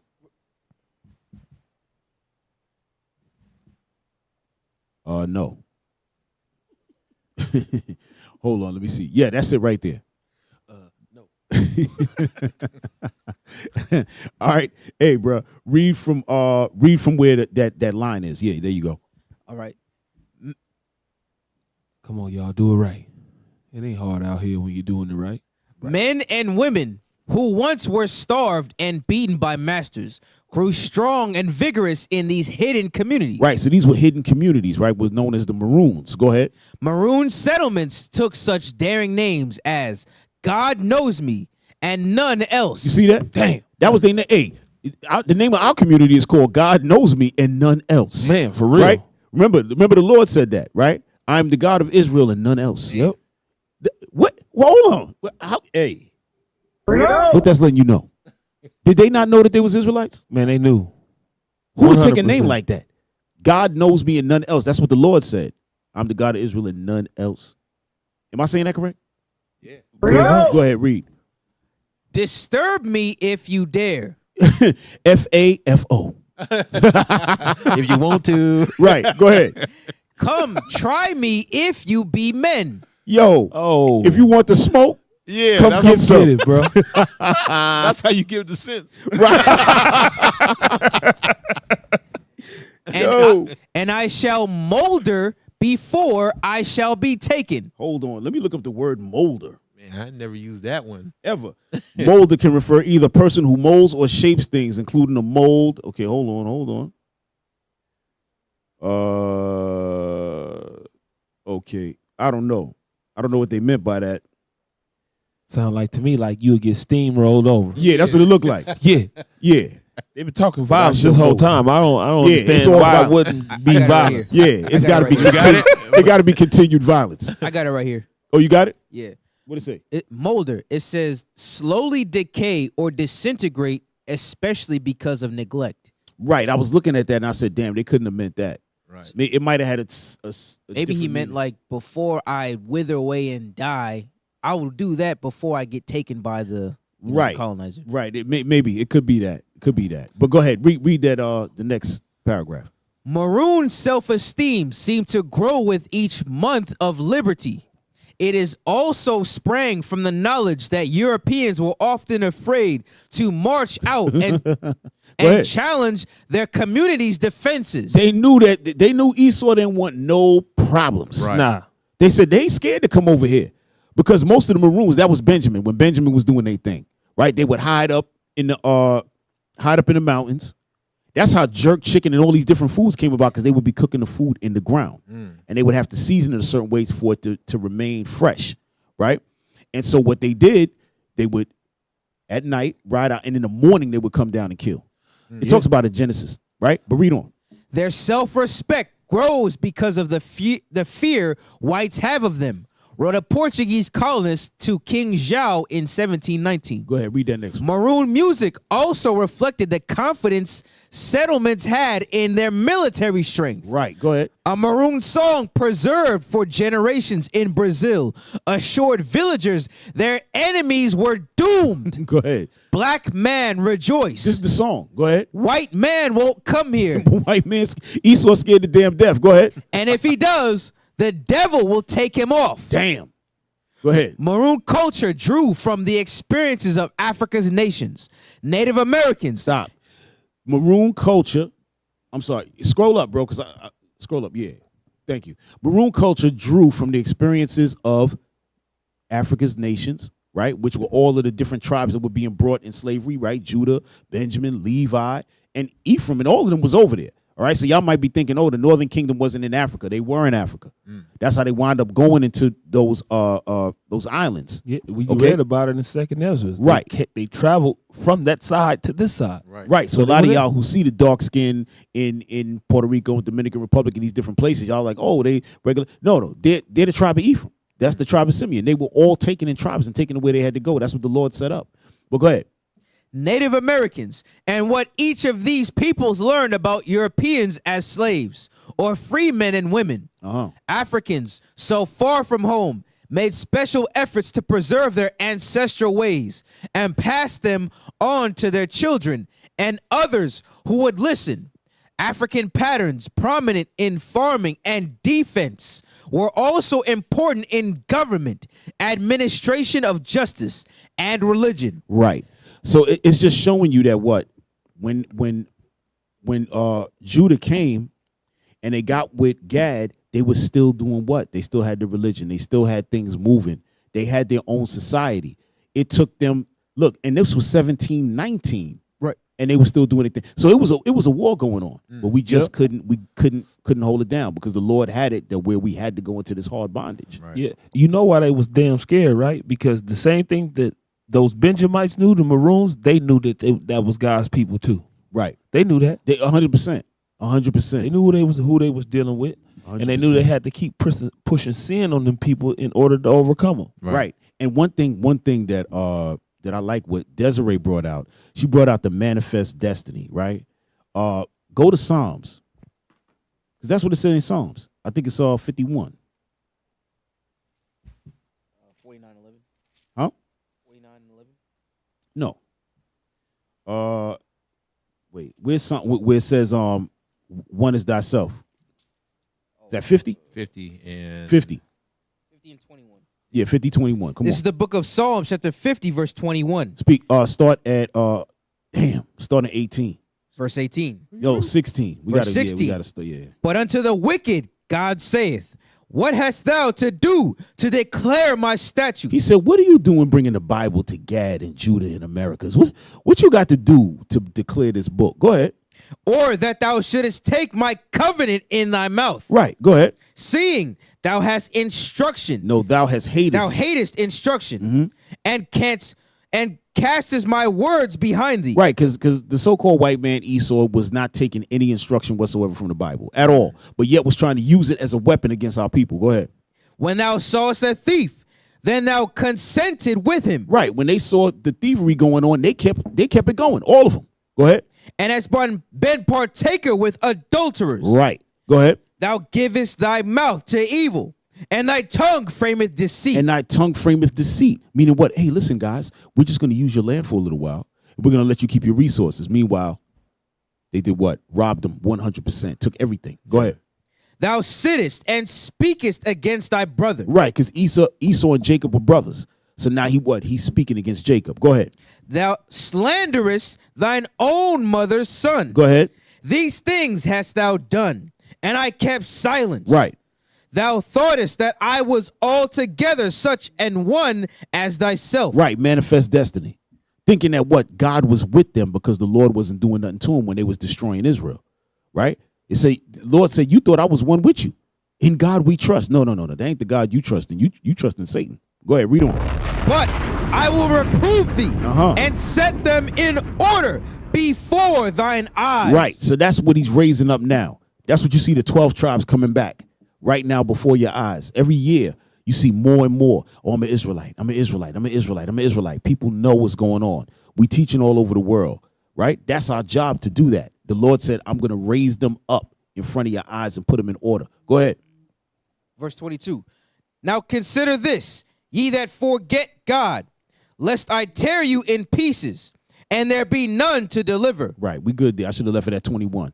But that's the point. That what? That manifest destiny that she brought out, that's what the Lord discussed here in Psalms 50. Right. That they thought that, hey, maybe we doing the right thing. We've been killing and stealing and nothing happened. Right. Right? But what? Y'all going to pay for that in the end. Hey, and that was on point. We can't wait for that day. Yeah. Yes. Waiting. Oh. The saints are patiently waiting for that. Oh, yeah. Know? Patiently waiting. Hey, listen, y'all, we had so much more we could have went over. For sure. But there's never enough time. You know what I'm saying? But Lord's will, you know what I'm saying? We obviously, you know, the Lord going to have us be able to bring more of this out at some point. You know what I mean? Some guests are going to come on and we're going to deal with this again. But this was a great show. Yeah. It's a great show. You know. Go ahead. Oh, no. No, go ahead. I was just reflecting on something. Please reflect. We had 3 indigenous sisters on. Right. One of them, the one on the top, I forgot her name. Lisa. Lisa. She didn't have to say it, but like as she was expressing, she was saying things like forced religion or whatever. Yes. So when the colonizers came over with the Bible in hand, it makes people like her, they what's tangible, they say, okay, they came with the Bible, so I don't want nothing to do with that. Right. You know what I'm saying? And then they'll go looking for other things. Then the sister in the middle, she said something, just because the Catholics are bad doesn't mean the Bible is bad. So she deals with the Bible. Right. You know, the sister on the very bottom, she's very in tune with the spirituality. Right. And only Israelites have that dynamic in there. Every other nation know exactly who their God is, exactly their nationality. But then I think of black people who don't mess with the Bible because they say that's the white man's book. Right. You know what I'm saying? And then you got black Christians that deal with the Bible, say, oh yeah, bad things happen under slavery, but the Bible's not all, you know what I'm saying? Yeah, we ain't and got then time. you got spiritual black. Everything is just connecting. We are the same people, man. 100%. It's heavy. Hey, one thing, because since we were talking about the women tonight with the Native American women, bring up number 3. This will be the last thing we bring up, but this is something that I wanted to show them. But I kind of, we got caught up in some good stuff, and I kind of forgot to bring this out. But this is important because she was talking about the Gadite women being what? They were unprotected. Why? Because they were killing off the men. Yeah. Right? They were killing off the men. So check this out. This is some heavy stuff right here. And go ahead. In the 1800s, some Native American women facing Jim Crow laws and the dangers of being identified as Native chose to pass as black. Damn. To gain some measure of safety and opportunity. See that? Damn. The Native American women had to try to pass as black. That was safer. Damn. Than being a Native American woman. Yo, can you imagine? Damn. That's super crazy. Bro. That's crazy. And as a sister in the congregation, she told me that her grandmother, who was Native American, was passing as black the whole time. And she was really Native American. So I thought of that, and I looked this up, and it was a real thing. I'm like, damn. But read the rest. This was a survival strategy, as being Native meant facing Indian boarding schools. So because they didn't want to go to no Indian boarding schools, go ahead. Assimilation policies, and the one-drop rule. Right. She said, you know what? Before we got to go through all of that, right? Damn. We black today. That's it. Yep. We rolling. We Judah. Read. Which prevented anyone with any Native ancestry from claiming their Native identity. So what is that telling you now? So a lot of our people who think that they Judah, they probably Gad. Now the women, now obviously the seed comes through the father, right? So we know that it's Judah. But think about it. This was going the other way as well. There was a lot of Native American men who probably was passing as black as well. For sure. Right? So just something for our people to know that, man, we're one people. Yeah. They were facing Jim Crow laws. That's crazy. Yeah. Man. Oppressed together. Oppressed together. Yep, absolutely. But all praises to the Lord, man. That. You know, guests like this make us really see the Bible comes alive, man. Yes. When guests like this come on, Lisa, Desiree, and Michelle, this is a beautiful thing tonight, man. Yeah, you know? absolutely. But all praises to the Lord, you know. So yeah, so we come to the end of our time, you know what I mean? And so, of course, we got the Booster Club. Yeah. All right. Make sure y'all give to the Booster Club. You know what I mean? If y'all watched on the Sabbath, there was like, I don't know, we had like a half-hour worth of videos showing all of the countries where we've been over the past week, right? Just pushing this truth real heavy, okay? I don't even know how many, I wish I would have had the exact number, but we went to a lot of places in the past week and a half and just really pushing this truth real hard. Yeah. And the Booster Club is what's making this happen. So brothers and sisters, please keep giving if you're already giving. And if you're not, please donate to the Booster Club. We're doing some big, big things out there. Right. All right. Let's go to the next one. The first one. Come on, y'all. Right. Make it happen. What y'all doing? Slow motion. They getting it. They getting it. Ciroc is on it. Ciroc, come on. What's going on? There you go. There you go. And they got the look. They always do it. Yeah, they do it all the time. Insane. All right, so help us here at the Nehemiah Squad. We need some more lights.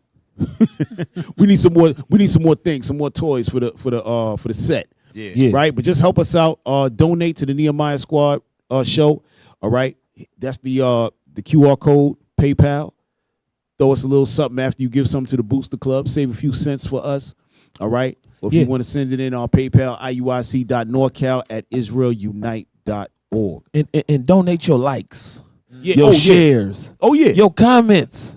Oh yeah, 100%. We need to discuss that. Hey, y'all need to like the videos. Yes. Share the video. Please. Right. All right. Comment.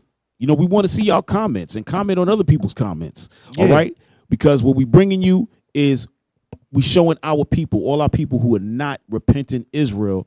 We're bringing them on. We're touching on topics and we're showing them that they Israel and spreading this truth to our people and making those connections. You understand? That's what we got to do. So the show is great. The show is is something that's necessary, something that's needed. So help us keep this thing going. Yeah. All right. What else we got? We got anything else we supposed to show? Oh, so we don't have the thumbnail for next week, but next week we're going to be sitting with a sister. Her name is Angela Willis, and she does financial planning. Right, that's going into what do you call it? Obviously finances, right? But you're talking into will and testament. You're talking about all the different things. Dealing with family planning and your finances, and I think y'all gonna realize that that's a biblical thing as well, right? And it's gonna be a great show, and you're gonna have a lot to learn. So make sure y'all got y'all pens and paper. Y'all might be able to hire the sister to hold y'all down. All right. So all praises to the Lord on that. Thanks again. Great show. Officer Judah, Officer Shem. Shem, take us out. Yo, hey man, what you waiting for? This is the book of Nehemiah, chapter 13, verse 21. Then I testified against them and said unto them, why lodge ye about the wall? If ye do so again, I will lay hands on you. Yo, if you do this thing again, we got to lay hands on you. If you don't support the Booster Club here, we got to lay hands on you. And if you keep on deceiving our people, making us think we two different peoples, we got to lay hands on you. Hey, this is the show. This is the Nehemiah Squad. We are your hosts. I'm Officer Shem. That's Captain Zaccai. And Officer Judah. All praise. We are out. Zion Christ bless y'all. Shalom. Yes, sir. I had to mold somebody.